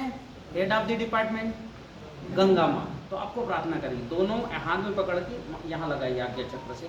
भूल जाइए कोई बैठे हैं, पूरा प्रार्थना करनी है। दोनों हाथ से पकड़िए, लगाइए माथे से, आंखें बंद करिए, बोलिए, हे गंगा माँ, हे गंगा माँ, यह जल यह जल मेरे शरीर के पोषण के लिए है, मेरे शरीर के पोषण के लिए है। कृपया कृपया अपनी शक्ति प्रदान करें। अपनी शक्ति प्रदान करें। हे ईश्वर, हे ईश्वर, इस कार्य में मेरी मदद करें। मेरी मदद करें। अब इस पानी को पी लो। पानी वही, ग्लास वही, बीच में क्या किया इसने? प्रार्थना की है। करो हाथ ऐसे। अब देखते, पहले तो पूरी ताकत खत्म हो गई थी, और अभी जितनी ताकत इसके पास है उससे भी ज्यादा है। ये देखो कितनी बढ़ गई, बहुत बढ़ गई। जितनी थी 4 गुनी ज्यादा है। वही गिलास वही पानी। इसलिए हमारे पूर्वजों ने कहा प्रार्थना कर, और बार बार कर कहा। खाना बना रहे हो प्रार्थना करो, खाना खा रहे हो प्रार्थना करो, खेती में जुताई कर रहे हो प्रार्थना करो, बीज डाल रहे हो प्रार्थना करो। कुछ नहीं करना है किसान को, खेत में जाना है, घुटने के बल बैठना है, सिर जमीन से टिकाना है, और बोलना है, हे धरती माता, पूरी करुणा के साथ, यह भूमि मेरे परिवार, देश, समाज के पोषण के लिए है। कृपया आप अपनी शक्ति प्रदान करें। हे ईश्वर, इस कार्य में मेरी मदद करें। केवल इतना प्रार्थना। देखिए, ये समस्या थी एनर्जी की, समाधान भी एनर्जी के टेक्नोलॉजी से आया। ये प्रार्थना क्या है? एनर्जी की टेक्नोलॉजी है, सूक्ष्म की। चूंकि समस्या सूक्ष्म स्तर का था, इसलिए समाधान भी सूक्ष्म स्तर का ही हुआ। प्रार्थना हमने ध्यान किया, बस जिसका ध्यान करो। गंगा माँ आई ऋषिकेश से उठ के और पानी में समा गई, आपको दिखी क्या? नहीं, क्योंकि वो सूक्ष्म है। आपकी दृष्टि संजय की नहीं है।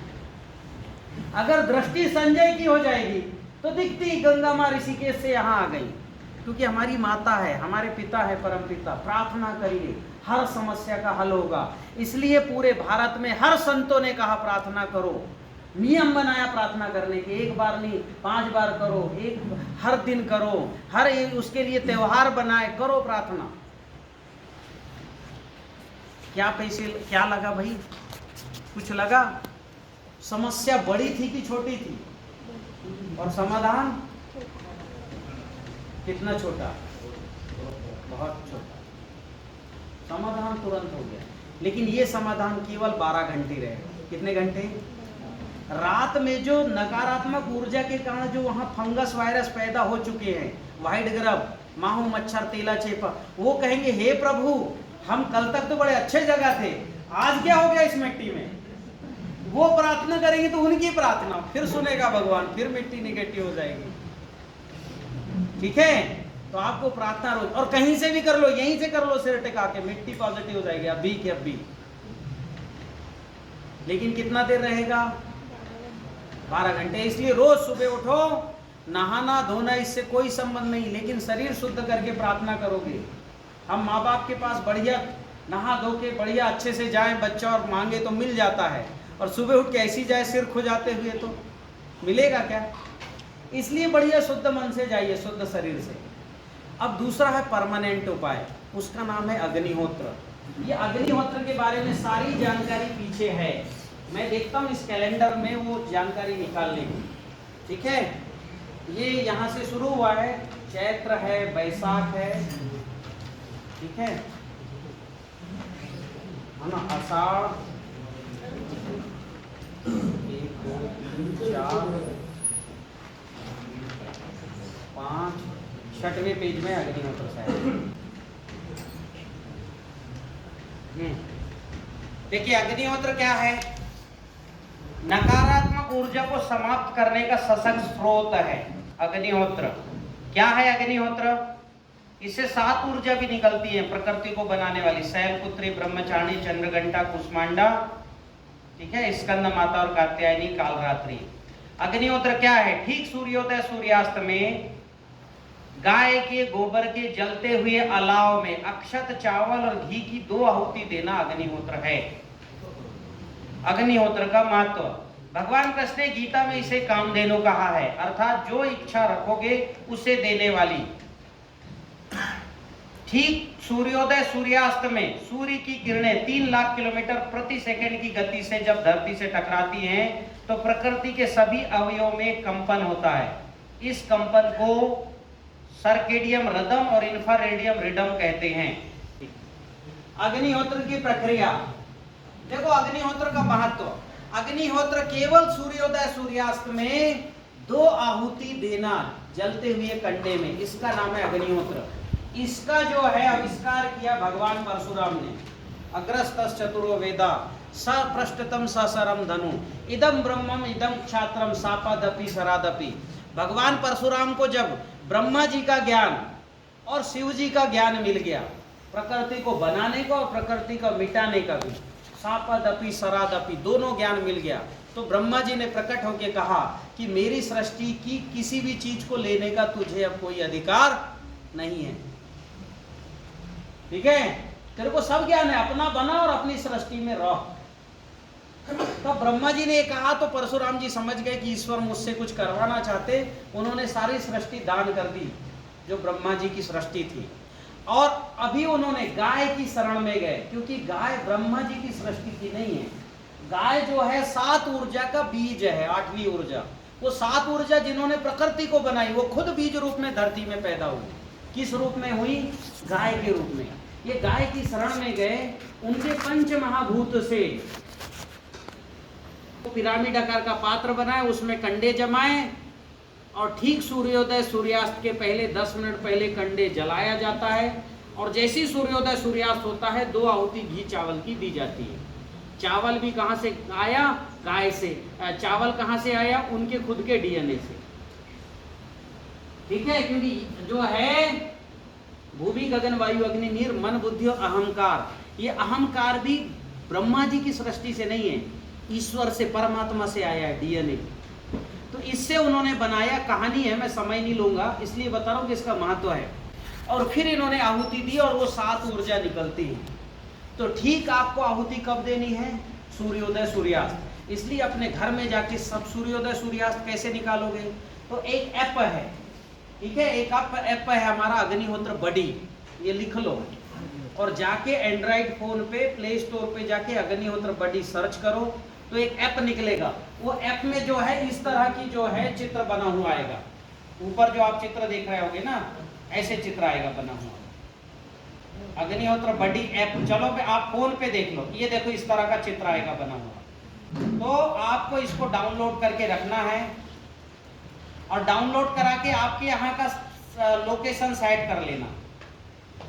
सबसे पहले तो ये अग्निहोत्र बडी, ये अग्निहोत्र बडी ये डाउनलोड कर लेना, ठीक है, और लोकेशन सेट कर लेना। तो सूर्य की किरण जब आपके घर से टकराएगी वो टाइम बता देगा ये। तो इससे टाइम निकल गया। अब दूसरा है सोल ऐप डाउनलोड करना। ये ऐप डाउनलोड कर लेना, ये www.esoullife.com डाउनलोड कर लेना और इस पे आप जाकर के और अग्निहोत्र पात्र बुलवा लेना, एक पिरामिड आकार का पात्र, और उसमें 1-2 समय अग्निहोत्र करने का पूरा सामान रहता है, ठीक है, कंडे भी रहेंगे। और वैसी कंडे बाद में बना लेना, कंडे तोड़ना आयताकार में और कंडे ऐसे लगा के जला लेना कपूर से, गुग्गल से या घी से। और जब कंडे पूरे जल जाए, और ये जलने चाहिए, पूरा लाल अलाव तैयार होना चाहिए, कब? जब सूर्यास्त का एग्जैक्ट टाइम हो रहा है। जैसे ही सूर्यास्त होगा एक ऐप में टन से घंटी बजेगी, किसमें? अग्निहोत्र बडी ऐप में। और जैसे वो घंटी बजे, शाम का मंत्र है सूर्याय स्वाहा, मंत्र निकालिए नीचे, हाँ, मंत्र सूर्याय स्वाहा सूर्याय इदम न मम, ये मंत्र है ये, ठीक है। सूर्योदय का मंत्र आप जोर से बोलिए, मैं मेरे स्वर में बोलना, सूर्याय स्वाहा सूर्याय इदम न मम प्रजापतये स्वाहा प्रजापतये इदं न मम। अब इसी स्वर में बोलना, क्योंकि स्वर जो है ना ये 5 होते हैं, दंतव्य, तालव्य, मूर्धन्य, नाभि से निकलना चाहिए, यहाँ से निकलना चाहिए, और फिर मुख से निकलना चाहिए, फिर वो दांत से टकराना चाहिए, दंतव्य, तालव्य, ये 5 स्वर निकलेगा जब ठीक से आप मंत्र बोलो। ऐसा बोलते ही और जो घी चावल डालोगे तो 7 रंग निकलेंगे। ये 7 रंग मैंने अभी डाला है, अभी मेरे फेसबुक में कई जगह डलता है, देखना आप जाके ताराचंद गिल जी के, उसमें 7 रंग, नीला, पीला, हरा, ये सब निकलेंगे। ये रंग या तो परमाणु विखंडन होने से सूर्य से निकलते हैं या तो अग्निहोत्र से निकलता है। तो 7 रंग, 7 स्वर, फिर सुगंध निकलेगा कि नहीं निकलेगा? तो सुगंध आया तो रूप, रंग, गंध। रूप इसमें भस्म निकलेगा। एक गुजराती ने जांच करवाया, 47 मिनरल्स निकले हैं इसमें। कितने?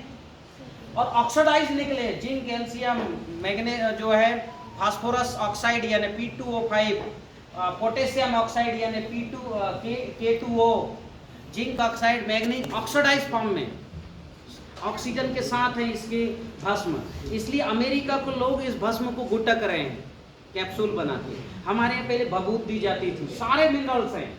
आप कुछ भी दिक्कत हो खेती में स्प्रे कर देना, बस अंगूर की खेती करो, किसी खेती करो, जब भी पौधे की ताकत घटती हुई देखो, या जब भी आपको फूल आने वाले हैं, आपको पता है ज्यादा ताकत की जरूरत है, स्प्रे कर देना अग्निहोत्र भस्म। कितना करोगे? 200 लीटर पानी में मात्र 50 ग्राम भस्म मिलाना। कितना भस्म? 50 ग्राम उठा के स्प्रे कर देना, जबरदस्त फ्लावरिंग आ जाएगी।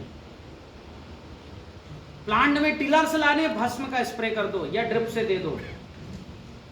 हल्की आकार बढ़ाना है, भस्म का स्प्रे कर दो। कितना काम है इसका, 100 से ज्यादा काम लिया है हमने। कितना?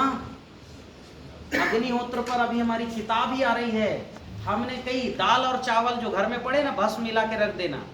आप देखना कि 1 महीने बाद दाल चावल का वही दाल उसी दुकानदार की, स्वाद ही बदल जाएगा, बहुत अच्छा लगेगा, क्योंकि एनर्जी से भर जाएगा दाल चावल।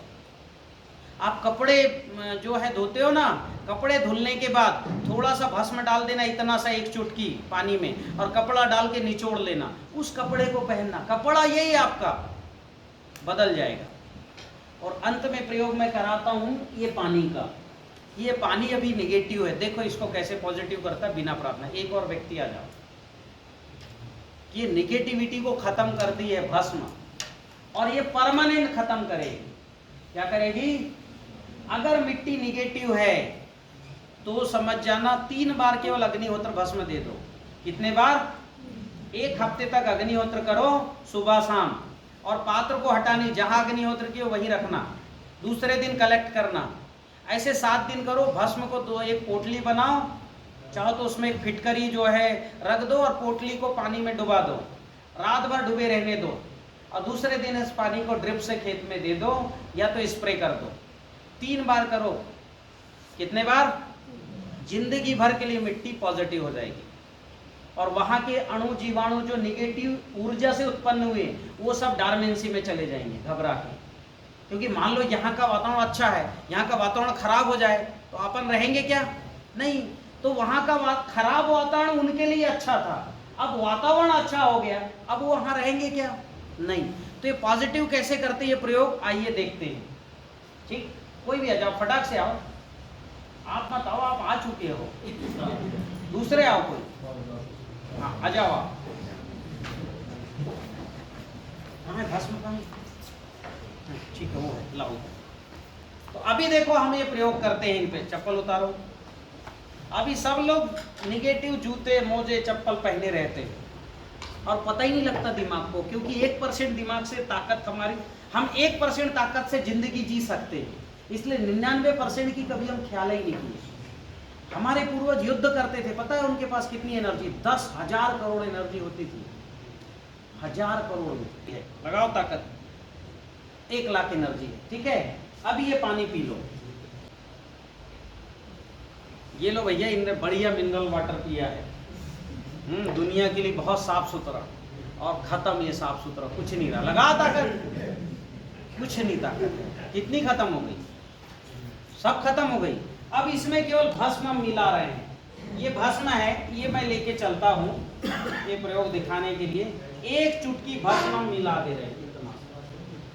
ठीक है, और ये एक्टिवेटेड चारकोल कहलाता है। ठीक है, पानी में अपने आप एक्टिवेशन, घूमना शुरू कर देता है पानी, हल्का मूवमेंट। ठीक है, अब ये जो है ये पानी पीजिए।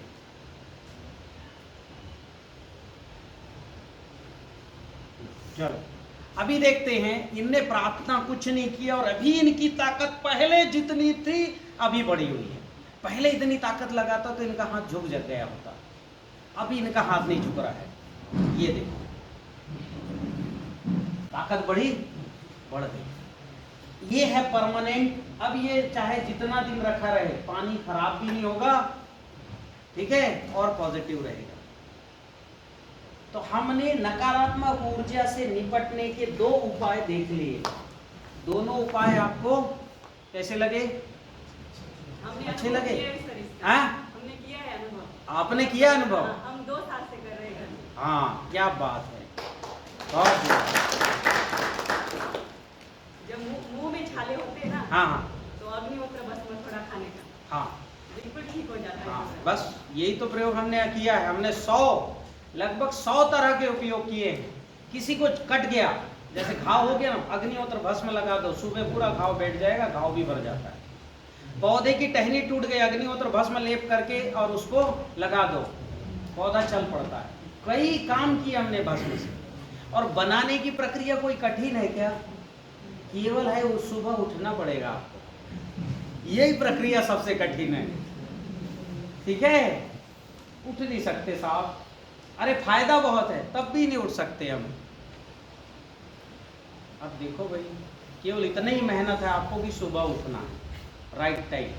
और देखिए 5 ही नियम है। नहाए, नहीं भी नहाए हो तो अग्निहोत्र कर लेना, क्योंकि आप जैसी अग्निहोत्र करोगे, चाहे नहा के करो या बिना नहा के, 5 गैसें निकलेगी, ethylene oxide, propylene oxide, beta प्रापी ऑक्साइड, फॉर्मेल्डिहाइड और ऑक्सीजन। और ये गैस निकलेगी तो 5 महाभूतों का निर्माण होगा। ये मैं नहीं, मेरे Guruji doctor Ramashray Mishra, genetics and plant breeding के चीफ साइंटिस्ट ने ये कहा है। ठीक है, तो आगे बढ़े हम। तो इस तरह से पहली समस्या का हल क्लियर हुआ। आगे बढ़ते हैं, अब दूसरी समस्या का हल हम देखते हैं। एनर्जी को 5 महाभूत पकड़ते हैं। कौन पकड़ते हैं? जैसे अभी मैंने प्रार्थना करके इनको पानी पिलाया, अगर इनका 5 महाभूत अनबैलेंस होता तो ताकत ये पकड़ ही नहीं पाती। 5 महाभूत मतलब अग्नि तत्व बढ़ा रहता या जल तत्व घटा रहता तो इनका पित्त बढ़ जाता। पित्त बढ़ना मतलब आंखें लाल हो रहती, जीभ लालिमा रहती, हाथ के पंजे लालिमा रहते, ब्लड प्रेशर बढ़ा रहता, पसीना निकलता रहता, तो पित्त बढ़ा रहेगा, मैं कितना ही एनर्जी इनको देता या इनको मिलता क्या नहीं। तो पंच महाभूत संतुलित, जितना संतुलन रखोगे पंच महाभूतों में उतनी ज्यादा एनर्जी को पकड़ेगी। तो एनर्जी पकड़ने का काम हमारे शरीर में भूमि तत्व 1% है, हवा तत्व 21% है, जल तत्व 70% है, अग्नि तत्व 32 डिग्री टेम्परेचर है, और आकाश तत्व 8% है हमारे शरीर में। कितना परसेंट है? ये अगर होगा तो आप कुछ भी चीज आप समझ जाओ कि आप दौड़ोगे, दुनिया के लिए आपका वजन 1 क्विंटल होगा, पर आपका वजन आपके लिए 0 होगा, क्योंकि आकाश तत्व आपके वजन को शून्य कर देता है। इसलिए धरती, चांद, तारे बिना किसी निर्बाध गति से दौड़ रहे हैं। दौड़ रहे हैं कि नहीं दौड़ रहे हैं? और कितनी स्पीड से दौड़ रहे हैं? 10,000 किलोमीटर पर घंटे की स्पीड से धरती दौड़ रही है सूर्य के चारों तरफ, और खुद ऐसी चक्कर लगा रही 1600 किलोमीटर पर घंटे की दर से खुद भी चक्कर लगा रही है। कोई विचलन नहीं हुआ। क्यों? आकाश के कारण। आकाश तत्व 8% आपके शरीर में रखो, 10 कुंटल भी शरीर बढ़ जाएगा, आपके लिए वजन 0, दुनिया के लिए होगा 10 कुंटल। अपना आकाश तत्व ठीक करो। कैसे करना? ये सब जो है ये विषय बड़ा है, इस पे चले जाएंगे तो टाइम खत्म होगा। अभी ऊर्जा विज्ञान को क्लियर करके रखो, अगली बार आऊंगा तो पंच महाभूत बताऊंगा। इसके लिए अलग से 1 घंटे मिनिमम चाहिए। अब तीसरा है जिंक, कैल्शियम, मैग्नीशियम, ये चाहिए। पीएच, ईसी और कार्बन पहले ठीक करना है। पहले पीएच ठीक करना है, फिर कार्बन, फिर ईसी। ये बताओ, मिट्टी का पीएच यानी पोटेंशियल ऑफ पावर, पीएच ठीक नहीं रहेगा तो ताकत पकड़ने की क्षमता नहीं रहेगी। मैं ताकत आपको दूं, ताकत आपके अंदर जाने की क्षमता, पकड़ना तो पंच महाभूत है, अंदर आने जाने की क्षमता ठीक नहीं रहेगी। ये पीएच को समझना है तो आप लोगों ने ये नारियल पानी पिया वो स्टिक लगा के?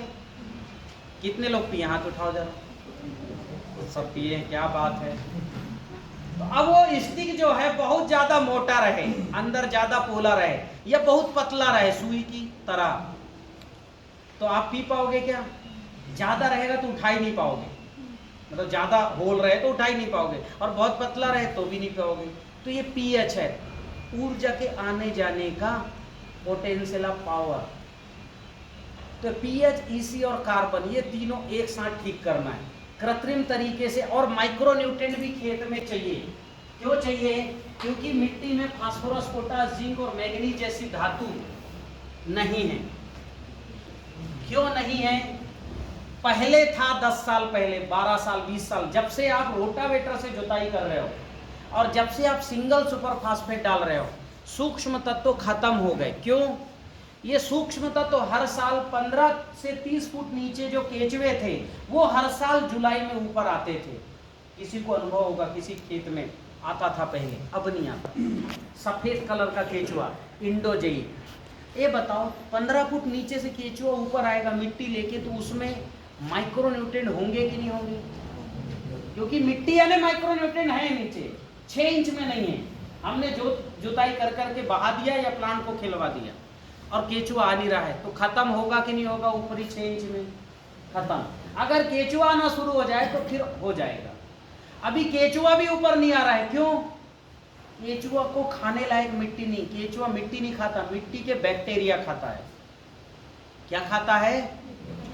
मिट्टी के बैक्टीरिया। अब मिट्टी में बैक्टीरिया ही नहीं है, केचुआ खाएगा क्या? जैसे अमरूद में टेस्ट ना हो, आप खाओगे क्या? आप टेस्ट को खाने के लिए अमरूद खाते हो, अमरूद खाने के लिए अमरूद नहीं खाते। और टेस्ट आता है बैक्टीरिया से। आप जो सीताफल खाते हो, आप जो पके आम खाते हो, उसमें 1 ग्राम पके आम के रस में 20 लाख बैक्टीरिया है ग्लूकोज की। कितने? तो आम नहीं खा रहे हो आप, बैक्टीरिया खा रहे हो। 1 ग्राम दही में 20 लाख बैक्टीरिया। कौन सा बैक्टीरिया है? लैक्टोबैसिस। तो आप दही नहीं खा रहे हो, दही के बैक्टीरिया।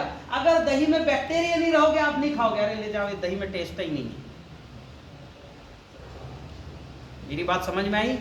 तो मिट्टी में बैक्टीरिया नहीं है, केचुआ नहीं आएगा। ऊपर से केचुआ को मारने वाला सिंगल सुपर फास्फेट डाल दी, एसिड। ऊपर से केचुआ को मारने वाला रोटावेटर चला दी, अब आएगा केचुआ क्या? और ऊपरी मिट्टी में आपने बीज बोया और डाला क्या, डीएपी, पोटास, और क्या डाला, एक आध बार जिंक कैल्शियम, बाकी चीज डाले क्या, नहीं। तो मिट्टी में जो भी पड़ा है बोरान, जिंक, निकल, वो प्लांट ने खाया 1 साल, 2 साल, 3 साल, 10 साल, अब बचेगा क्या। तो आपकी मिट्टी मिट्टी हो गई है, रूखी है, केवल क्या है मिट्टी में, अब मात्र थोड़ा सा फास्फोरस है, पोटास है, और क्या है, सिलिकॉन है, बस रेत है और फास्फोरस पोटास बस। लेकिन खेती होती है जिंक, मैग्नीज, कैल्शियम इनके होने से। अगर ये नहीं है तो वायरस आएगा, ये नहीं है तो फंगस आएगा, सल्फर नहीं है तो फंगस आएगा। आपने देखा होगा कोरोना काल में हर डॉक्टर ने जिंक लिखा कि नहीं लिखा, क्योंकि जिंक होगा तो वायरस ग्रो नहीं करेगा। मेरे को समझ में आई, जिंक नहीं, अगर जिंक है आपके शरीर में तो कोरोना का वायरस आके निकल गया, ग्रोथ ही नहीं कर पाए। जिंक नहीं है, जिनको जिंक नहीं है उन्हीं को वायरस ने ग्रसित किया। तो जिंक होना चाहिए। तो अब ये है, ये सारी चीज होना चाहिए।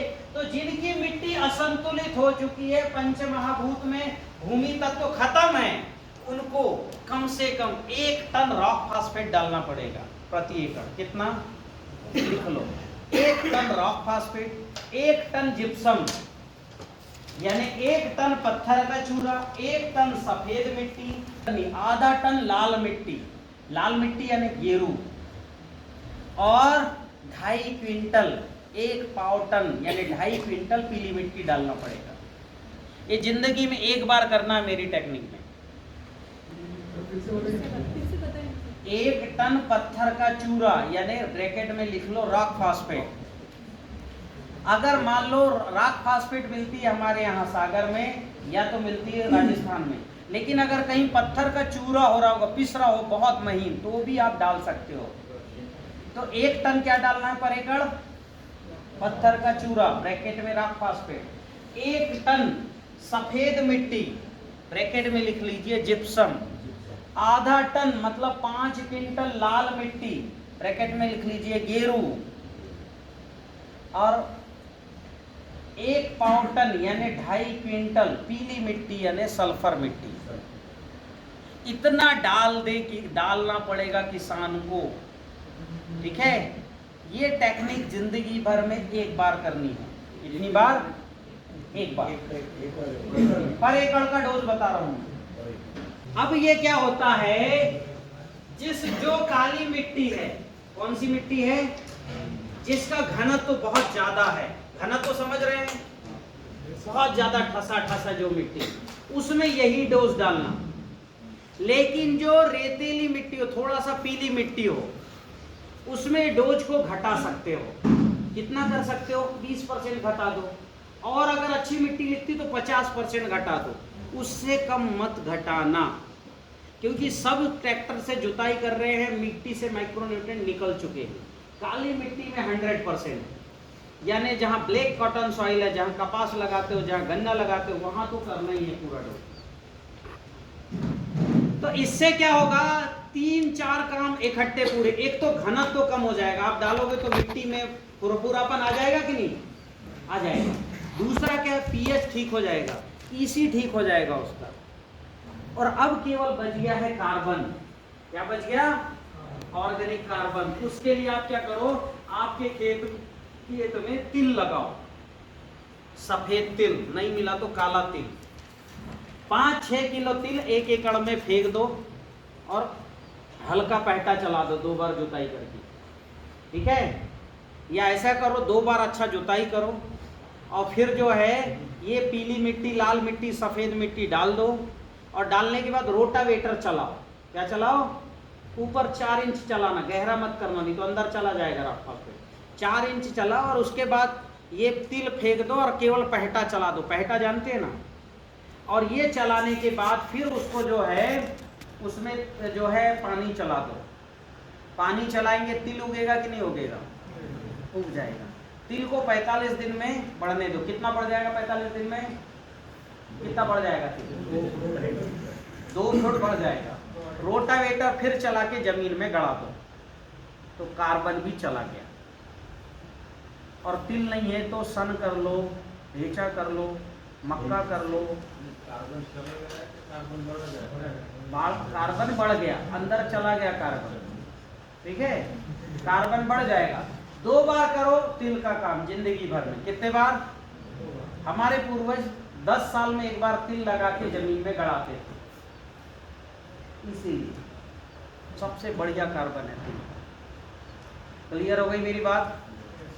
अब लेकिन क्या है, आपकी खेती में जिंक, कैल्शियम, मैग्नीशियम आपने डाल दिया, लेकिन ये पत्थर का चूरा, पीली मिट्टी, लाल मिट्टी में जिंक, कैल्शियम, मैग्नीशियम अभी आपने डाला है, वो खाने लायक नहीं है।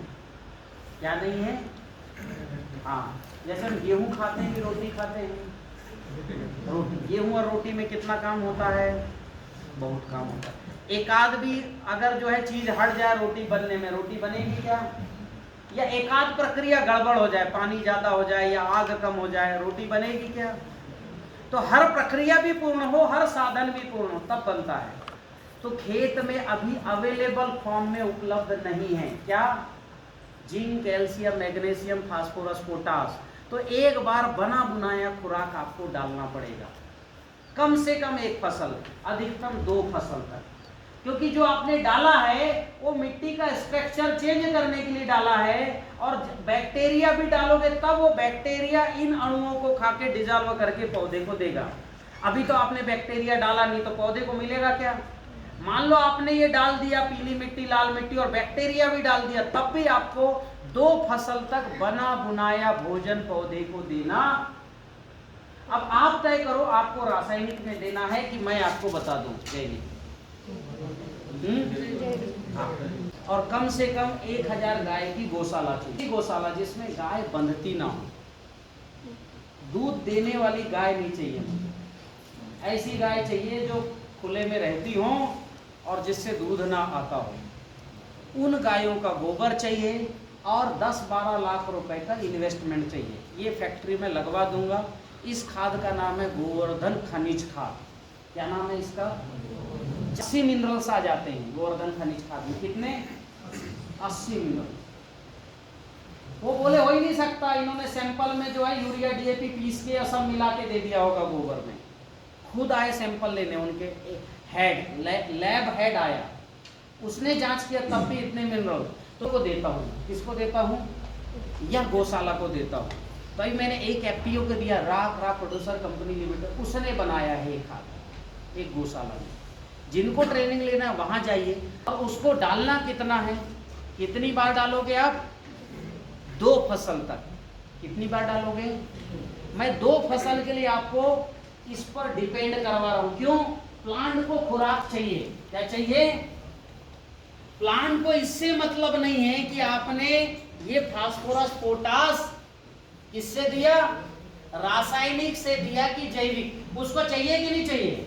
जैसे आपको ग्लूकोज चाहिए, आप खाने सब्जी से लिए कि नींबू नमक शक्कर के घोल से लिए, क्या तो ग्लूकोज के बॉटल से लिए? इससे मतलब है कि आपके खून को नहीं, ग्लूकोज के बॉटल से लोगे तत्काल रिजल्ट। लेकिन अगर रोज लोगे इस रिजल्ट को, नमस्कार कर लो, और बॉटल से बिल्कुल दौड़ना सीख गया मैं, तो 2 साल में मर जाओगे। नींबू नमक शक्कर से लोगे तो 40 साल जियोगे, और सब्जी से लोगे तो 80 साल जियोगे, और फल से लोगे तो खट्टा मीठा नमक 320 साल जियोगे। तो फलों में भी होता है खट्टा मीठा नमक। तो जितना प्राकृतिक पोषण लोगे उतना ज्यादा। तो आप रासायनिक डालोगे तो फिर वहीं पहुंच जाओगे, और ये जैविक डालोगे तो आपकी मिट्टी खराब नहीं होगी। क्या नाम है इस खाद का? गोवर्धन खनिज खाद। क्या नाम है?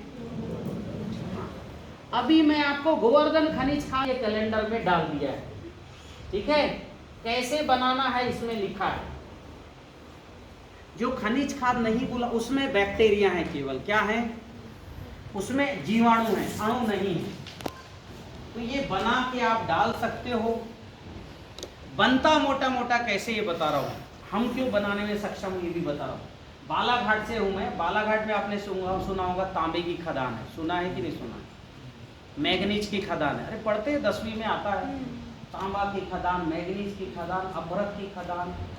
मेरे घर से 10 किलोमीटर आगे सफेद मिट्टी है, खोदोगे तो मिट्टी मिट्टी निकलती है। फिर हमने इसमें डाला सेना नमक डाला, इसमें भी 87 मिनरल्स होते हैं सेना नमक में। गेरू डाला, लाल मिट्टी, पीली मिट्टी, रॉक फॉस्फेट हमारे सागर में पर्याप्त है, हमारे यहाँ से पास में। तो हमने इन सबको डिकम्पोज किया अलग अलग डब में, और डिकम्पोज करके किस में डाल दिया? गोबर में। जैसे आप दही घी निकालते हो, कैसे निकालते हो? दूध में बैक्टीरिया डाले, उसको मक्खन निकाले, आग में तपाए, क्या निकल गया? घी। तो ये घी निकला कैसे? बैक्टीरिया के थ्रू।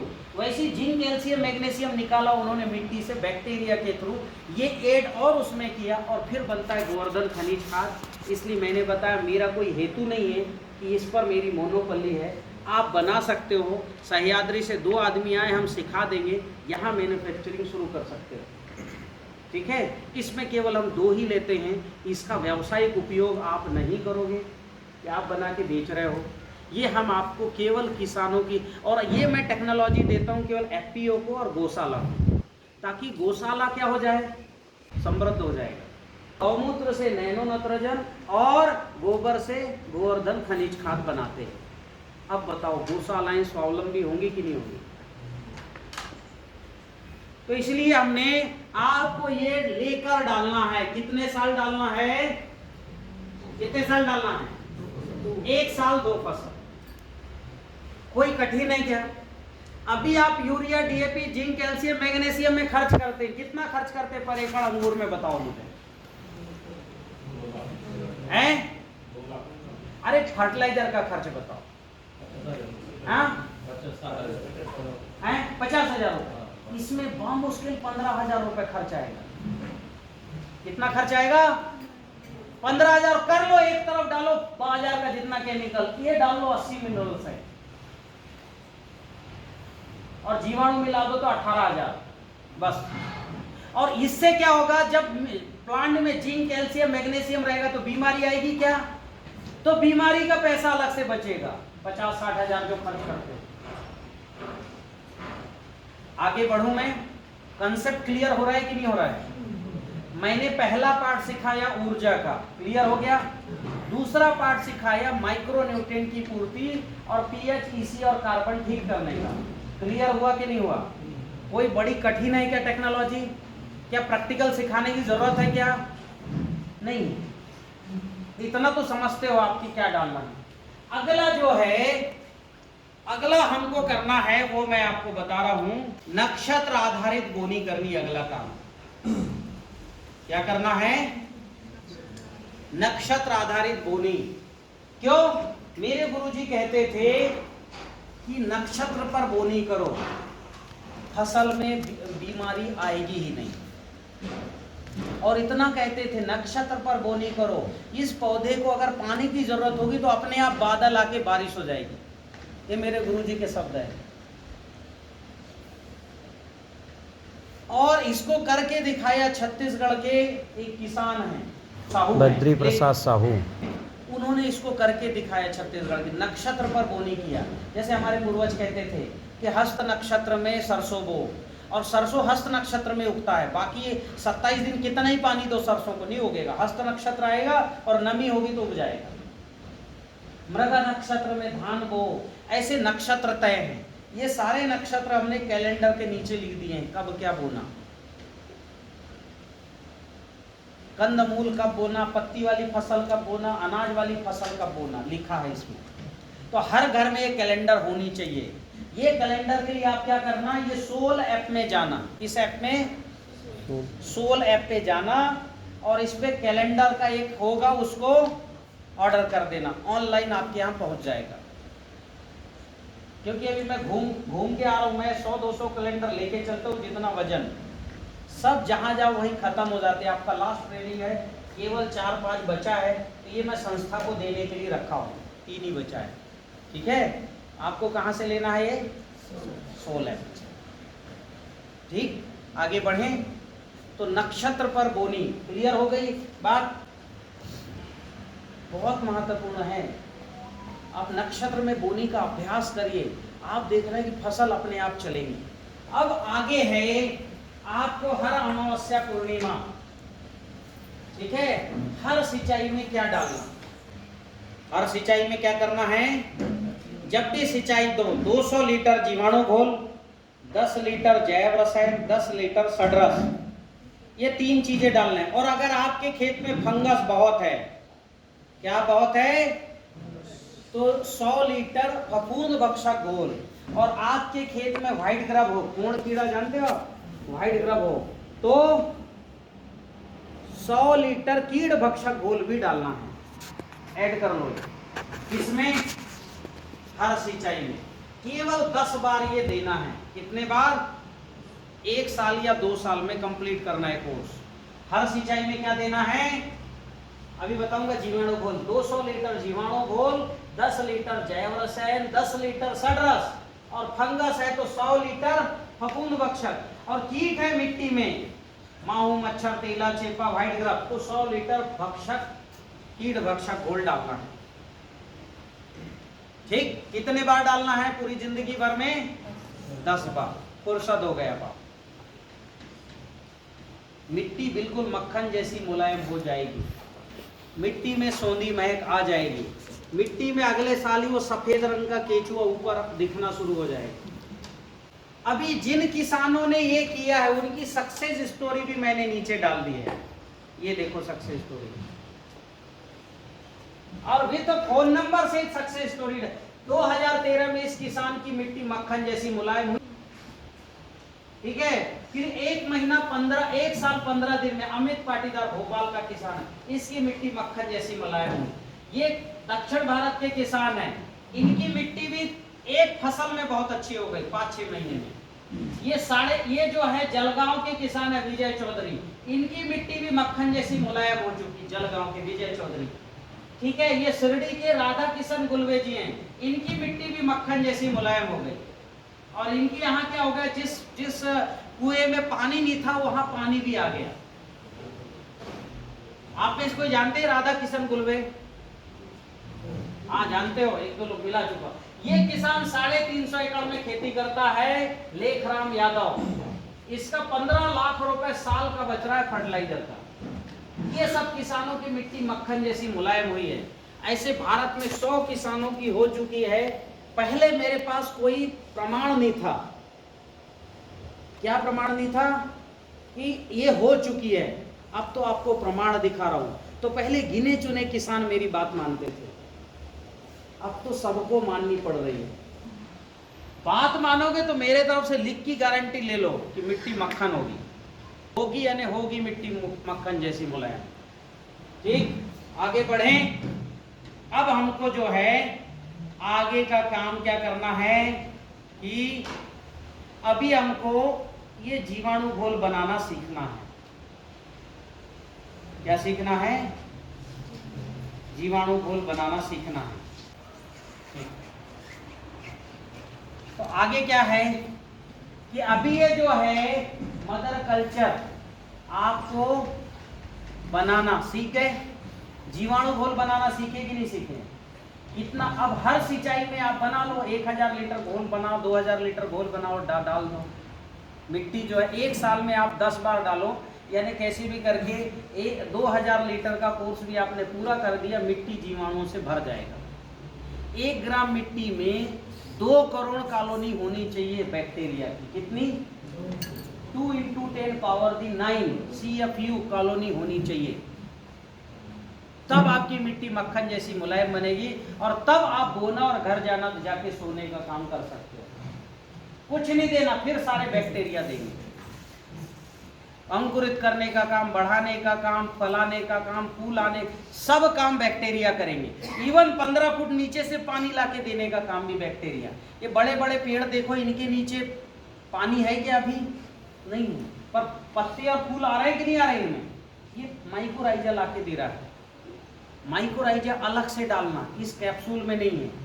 बालाघाट के जंगलों में जो सरई के पेड़ हैं 40 फुट वाले, वहाँ माइकोराइजा बहुत पाए जाते हैं। और अंग्रेज भी माइकोराइजा, इंदौर में जो पहला बायोटेक्नोलॉजी का लैब बना था, वो भी बालाघाट के जंगलों में सरई के पेड़ से नीचे माइकोराइजा ले जाके डेवलप किए।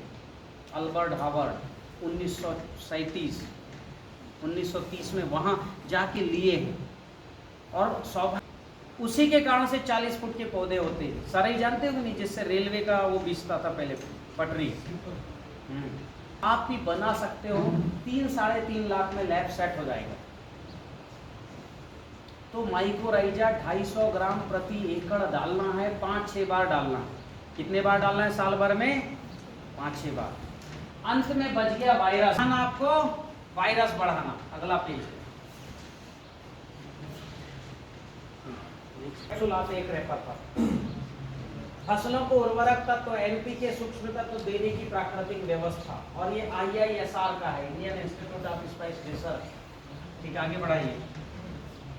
ठीक, ये सब। हाँ, अभी मैं जीवाणु घोल, आगे बढ़ाइए। जीवाणु घोल बनाने के लिए 2 चीजें रिकमेंड किया था। क्या किया था? षड्रस और जैव रसायन। ये आपने पूछा नहीं कैसे बनाना। षड्रस कैसे बनाना? षड्रस यानी 6 रस। कितने रस? इस पूरी प्रकृति में 6 रस ही हैं, 7वां कोई रस नहीं है। इस प्रकृति में कितने रस हैं? खट्टा, मीठा, नमक, कटु, तिक्त, कसाय। खट्टा, मीठा, नमक, कटु, तिक्त, कसाय। 6 रस ही इस धरती में। अकेले आंवले में 5 रस है, तिक्त छोड़ के बाकी 5 है। और अकेले छाछ में कड़वा छोड़ के बाकी 5 रस है। इसलिए भगवान धन्वंतरी कहते हैं धरती के ऊपर 2 रसायन अमृत के समान। क्या? एक आंवला और एक छाछ। मैंने दोनों को मिला दिया। क्या किया? 1 लीटर छाछ में 1 आंवला को चल के डाल दिए, 2 घंटे ऐसे हिला के रख दो, बन गया षड्रस। या आंवला कच्चा नहीं है तो 1 लीटर छाछ में 1 ग्राम आंवला पाउडर डाल दो, अच्छे से हिला दो, 4 घंटे रखो, बन गया षड्रस। देखो टेक्नोलॉजी, मतलब साइंस देखिए कितना गहरा है। कितने रस हैं इसमें? 5 रस हैं आंवले में, 5 रस हैं छाछ में। हम तो दोनों को मिलाए, कितने रस हो गया? कितने हो गया?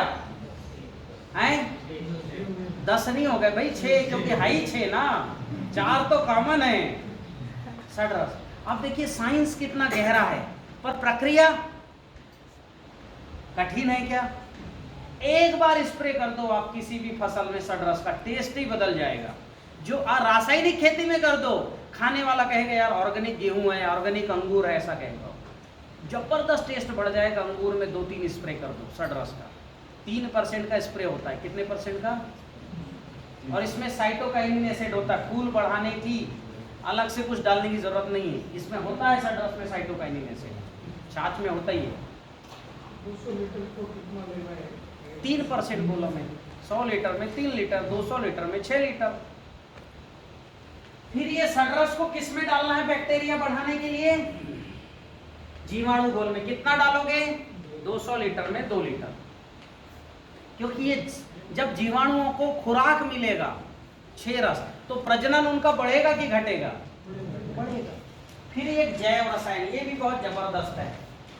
ये जैव रसायन प्रोबायोटिक प्रोटीन। अब ये प्रोटीन मैं सूक्ष्म तरीके से बना रहा हूं। क्या नाम है इसका? जैव रसायन। क्या नाम है इसका? हमने भी इसमें बैक्टीरिया पैदा कर रहे हैं, पर बैक्टीरिया हम वो पैदा कर रहे हैं जिसको हम खा सकते हैं। हम कीड़े मकोड़े खाते हैं कि बैक्टीरिया खाते हैं? बैक्टीरिया शाकाहार में आते हैं, दही शाकाहार है, और कीड़े मकोड़े खाना या मछली मांस खाना मांसाहार है। देखो प्रकृति की टेक्नोलॉजी। आप पके आम खा रहे हो मतलब शाकाहारी हो, जबकि आप आम नहीं खा रहे हो। क्या खा रहे हो? बैक्टीरिया खा रहे हो। तो अब ये बैक्टीरिया पैदा करने की बड़ी सरल टेक्नोलॉजी आपको बता रहा हूं। इसका नाम है षड्रस। 3 चीजें लगता है, गुड़, फल और पानी। गुड़ लगेगा 1 किलो, फल लगेगा 3 किलो, पानी लगेगा 10 किलो, बस और कुछ नहीं। प्रोबायोटिक प्रोटीन,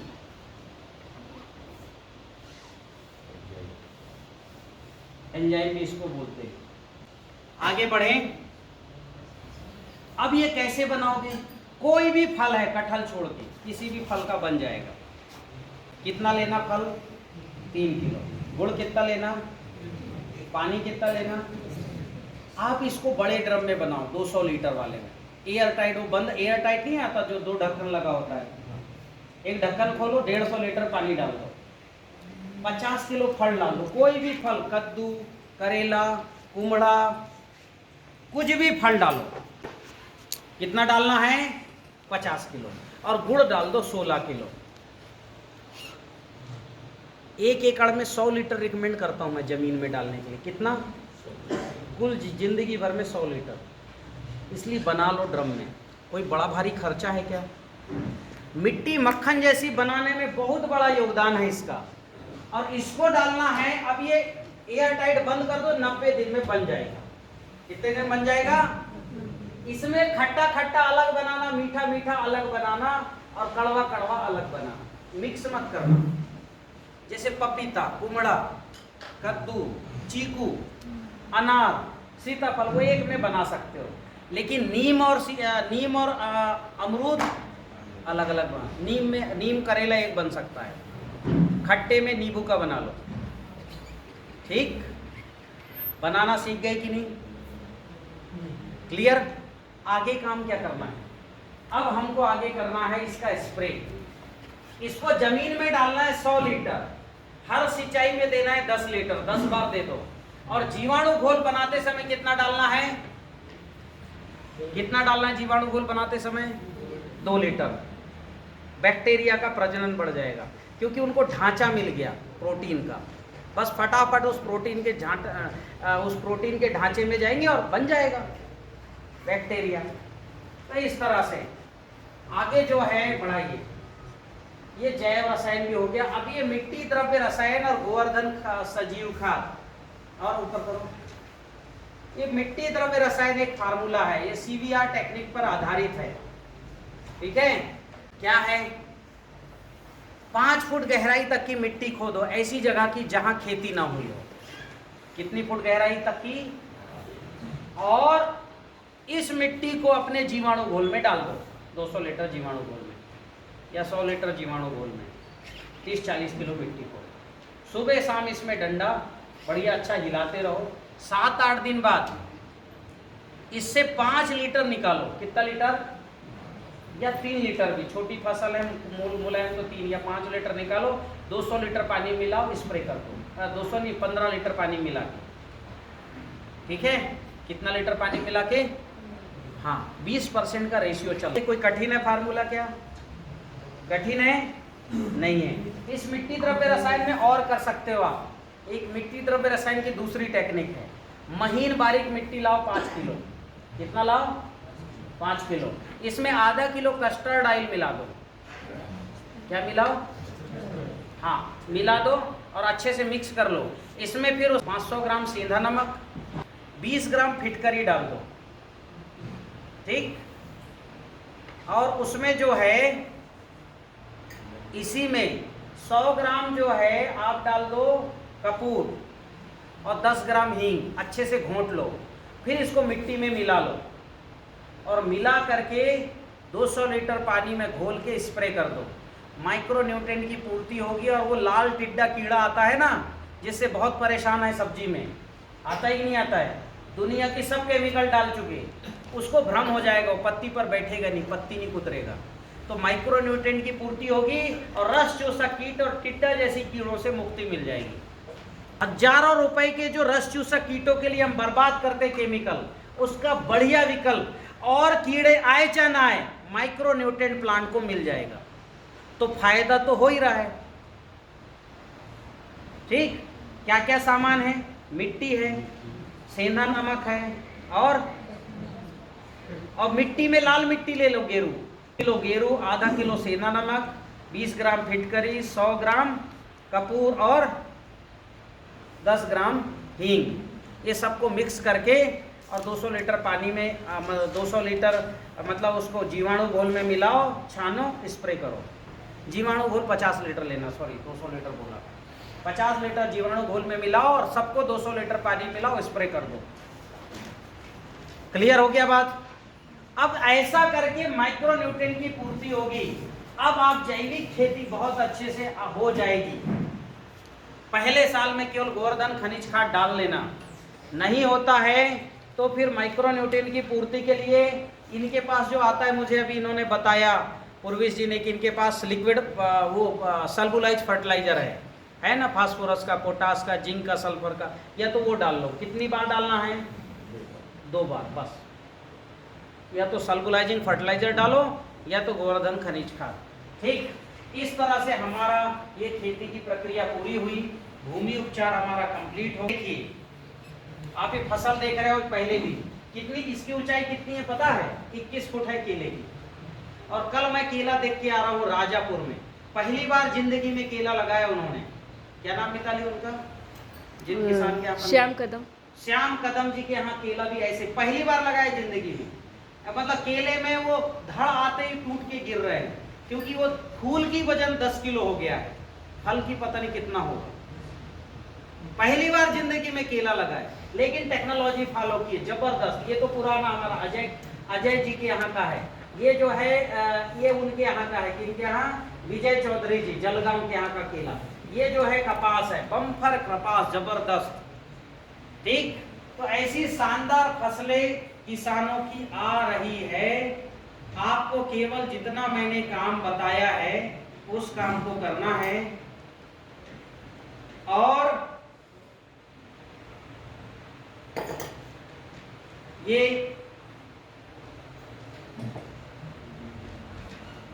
जैविक जीवन शैली विज्ञान, इस विज्ञान को जोर जोर से, ठीक है, मैं पढ़ रहा हूं, आप आगे बढ़ाते जाना। जैविक जीवन शैली विज्ञान ये मेरा दर्शन है, हम इसको पढ़ेंगे। प्रकृति में सभी जीवों का स्वस्थ रहना, संतति पैदा करना, संतति यानी बच्चे पैदा करना और पूर्ण जीवन जीना है तो प्रकृति के तय जीवन चक्र का काल पालन करना पड़ेगा।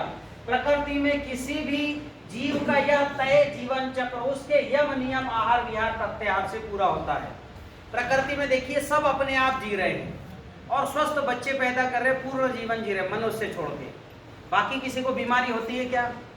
क्योंकि वो यम नियम आहार विहार प्रत्याहार के आधार पर जीते हैं। ये क्या है अगले प्रशिक्षण में बताऊंगा। ठीक, अभी मैंने फसल का बता ही दिया है, इसका साइंस अगली बार बताऊंगा। यम अर्थात क्या खाना, नियम अर्थात कैसे खाना, आहार मतलब पंच तत्वों की पूर्णता, विहार अर्थात आहार किया गया उसके विघटन, रूप रंग गंध स्वर स्पर्श की प्रक्रिया, और प्रत्याहार अर्थात जीव के प्रत्येक अंगों को ऊर्जा की प्राप्ति है। भारतीय दर्शन में ध्यान धारणा और समाधि ऐसी 3 और प्रक्रिया के विज्ञान का वर्णन है। ध्यान ऊर्जा प्राप्ति का सीधा विज्ञान है और समाधि जीवन की बीज के रूप में आने की स्वतः प्रक्रिया है।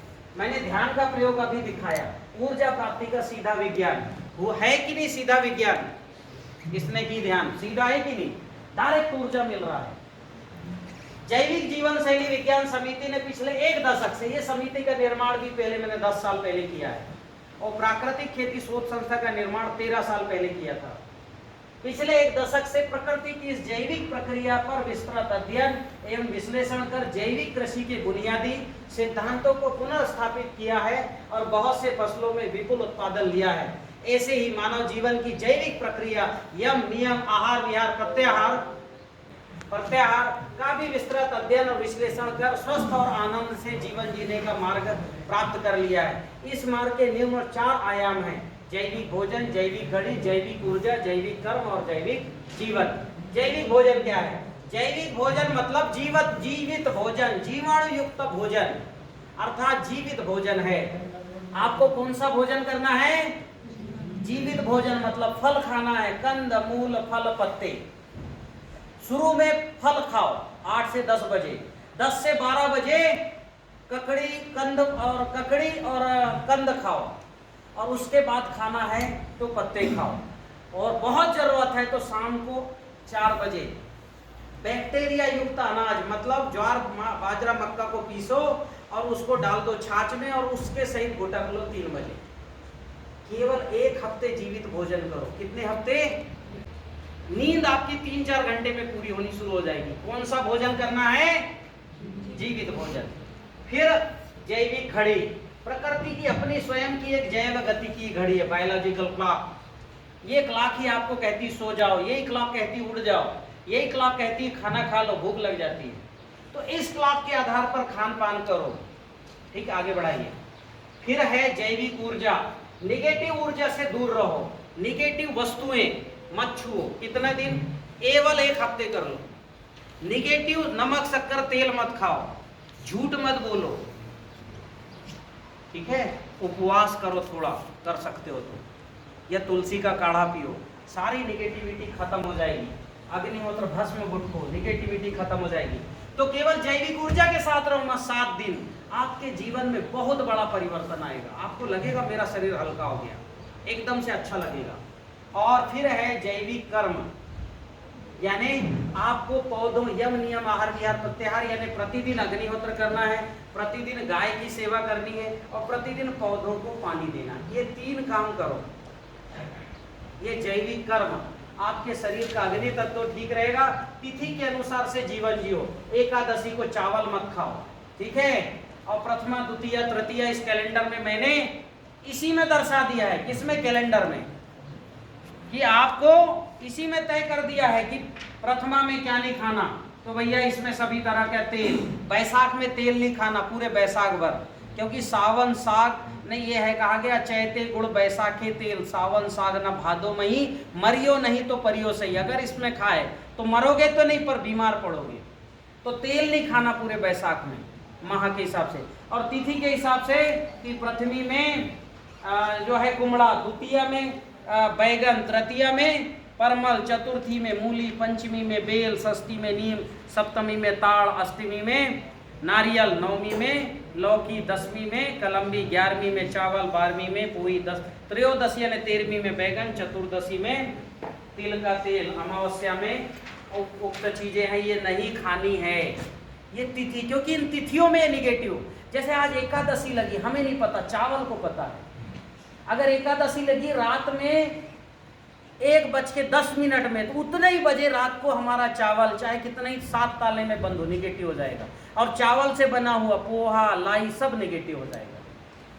आज रविवार है, पता लगता ही तुलसी जो सबको पॉजिटिव करती खुद निगेटिव हो जाती है। नहीं तो रविवार को तुलसी में हाथ रख के देखो, ताकत घट जाएगी। तांबे का पात रविवार को निगेटिव हो जाता है, तिल का तेल रविवार को निगेटिव हो जाता है। तो हमें रविवार नहीं पता, कांसे के बर्तन को पता होता है। सोचो क्या टेक्नोलॉजी है, हमें नहीं पता आज रविवार है। तो इस प्रकृति में हर जीव चैतन्य है और वो चंद्रमा की गति के आधार पर जीवन करता है। मैंने इस पंचांग में वो सब लिख दिया है। बिना पंचांग के आपका जीवन, और इस तरह का पंचांग आपने शायद जीवन में पहली बार, कृषि पंचांग पहले देखे हो क्या? पहली बार देख रहे होंगे। सब जो है अंग्रेजी कैलेंडर पर भाग रहे और उसी में शादी ब्याह की तिथि लिखी, उसी में सब कुछ कर लेते, ठीक है। तो मैंने अपना विषय पूरा करने की कोशिश की है और ये जैविक जीवन शैली विज्ञान है।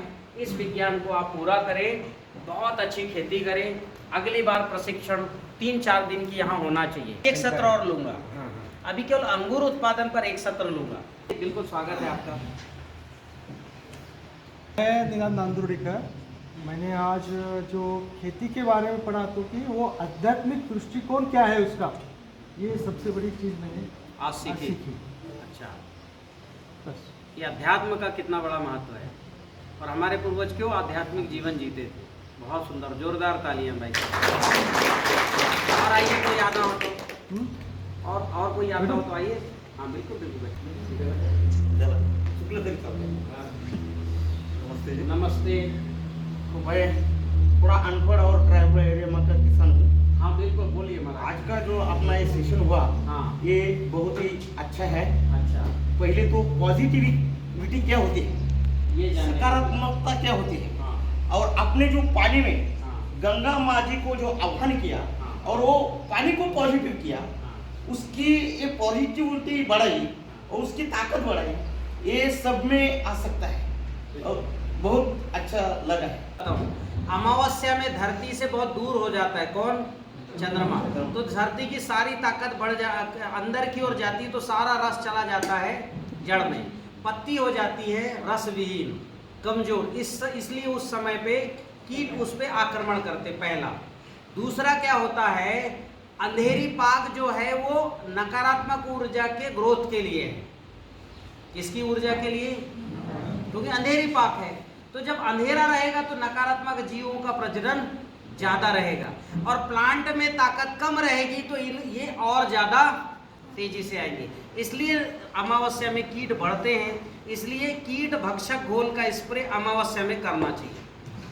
ठीक, और कोई? नमस्कार, मैं ओम देशमुख।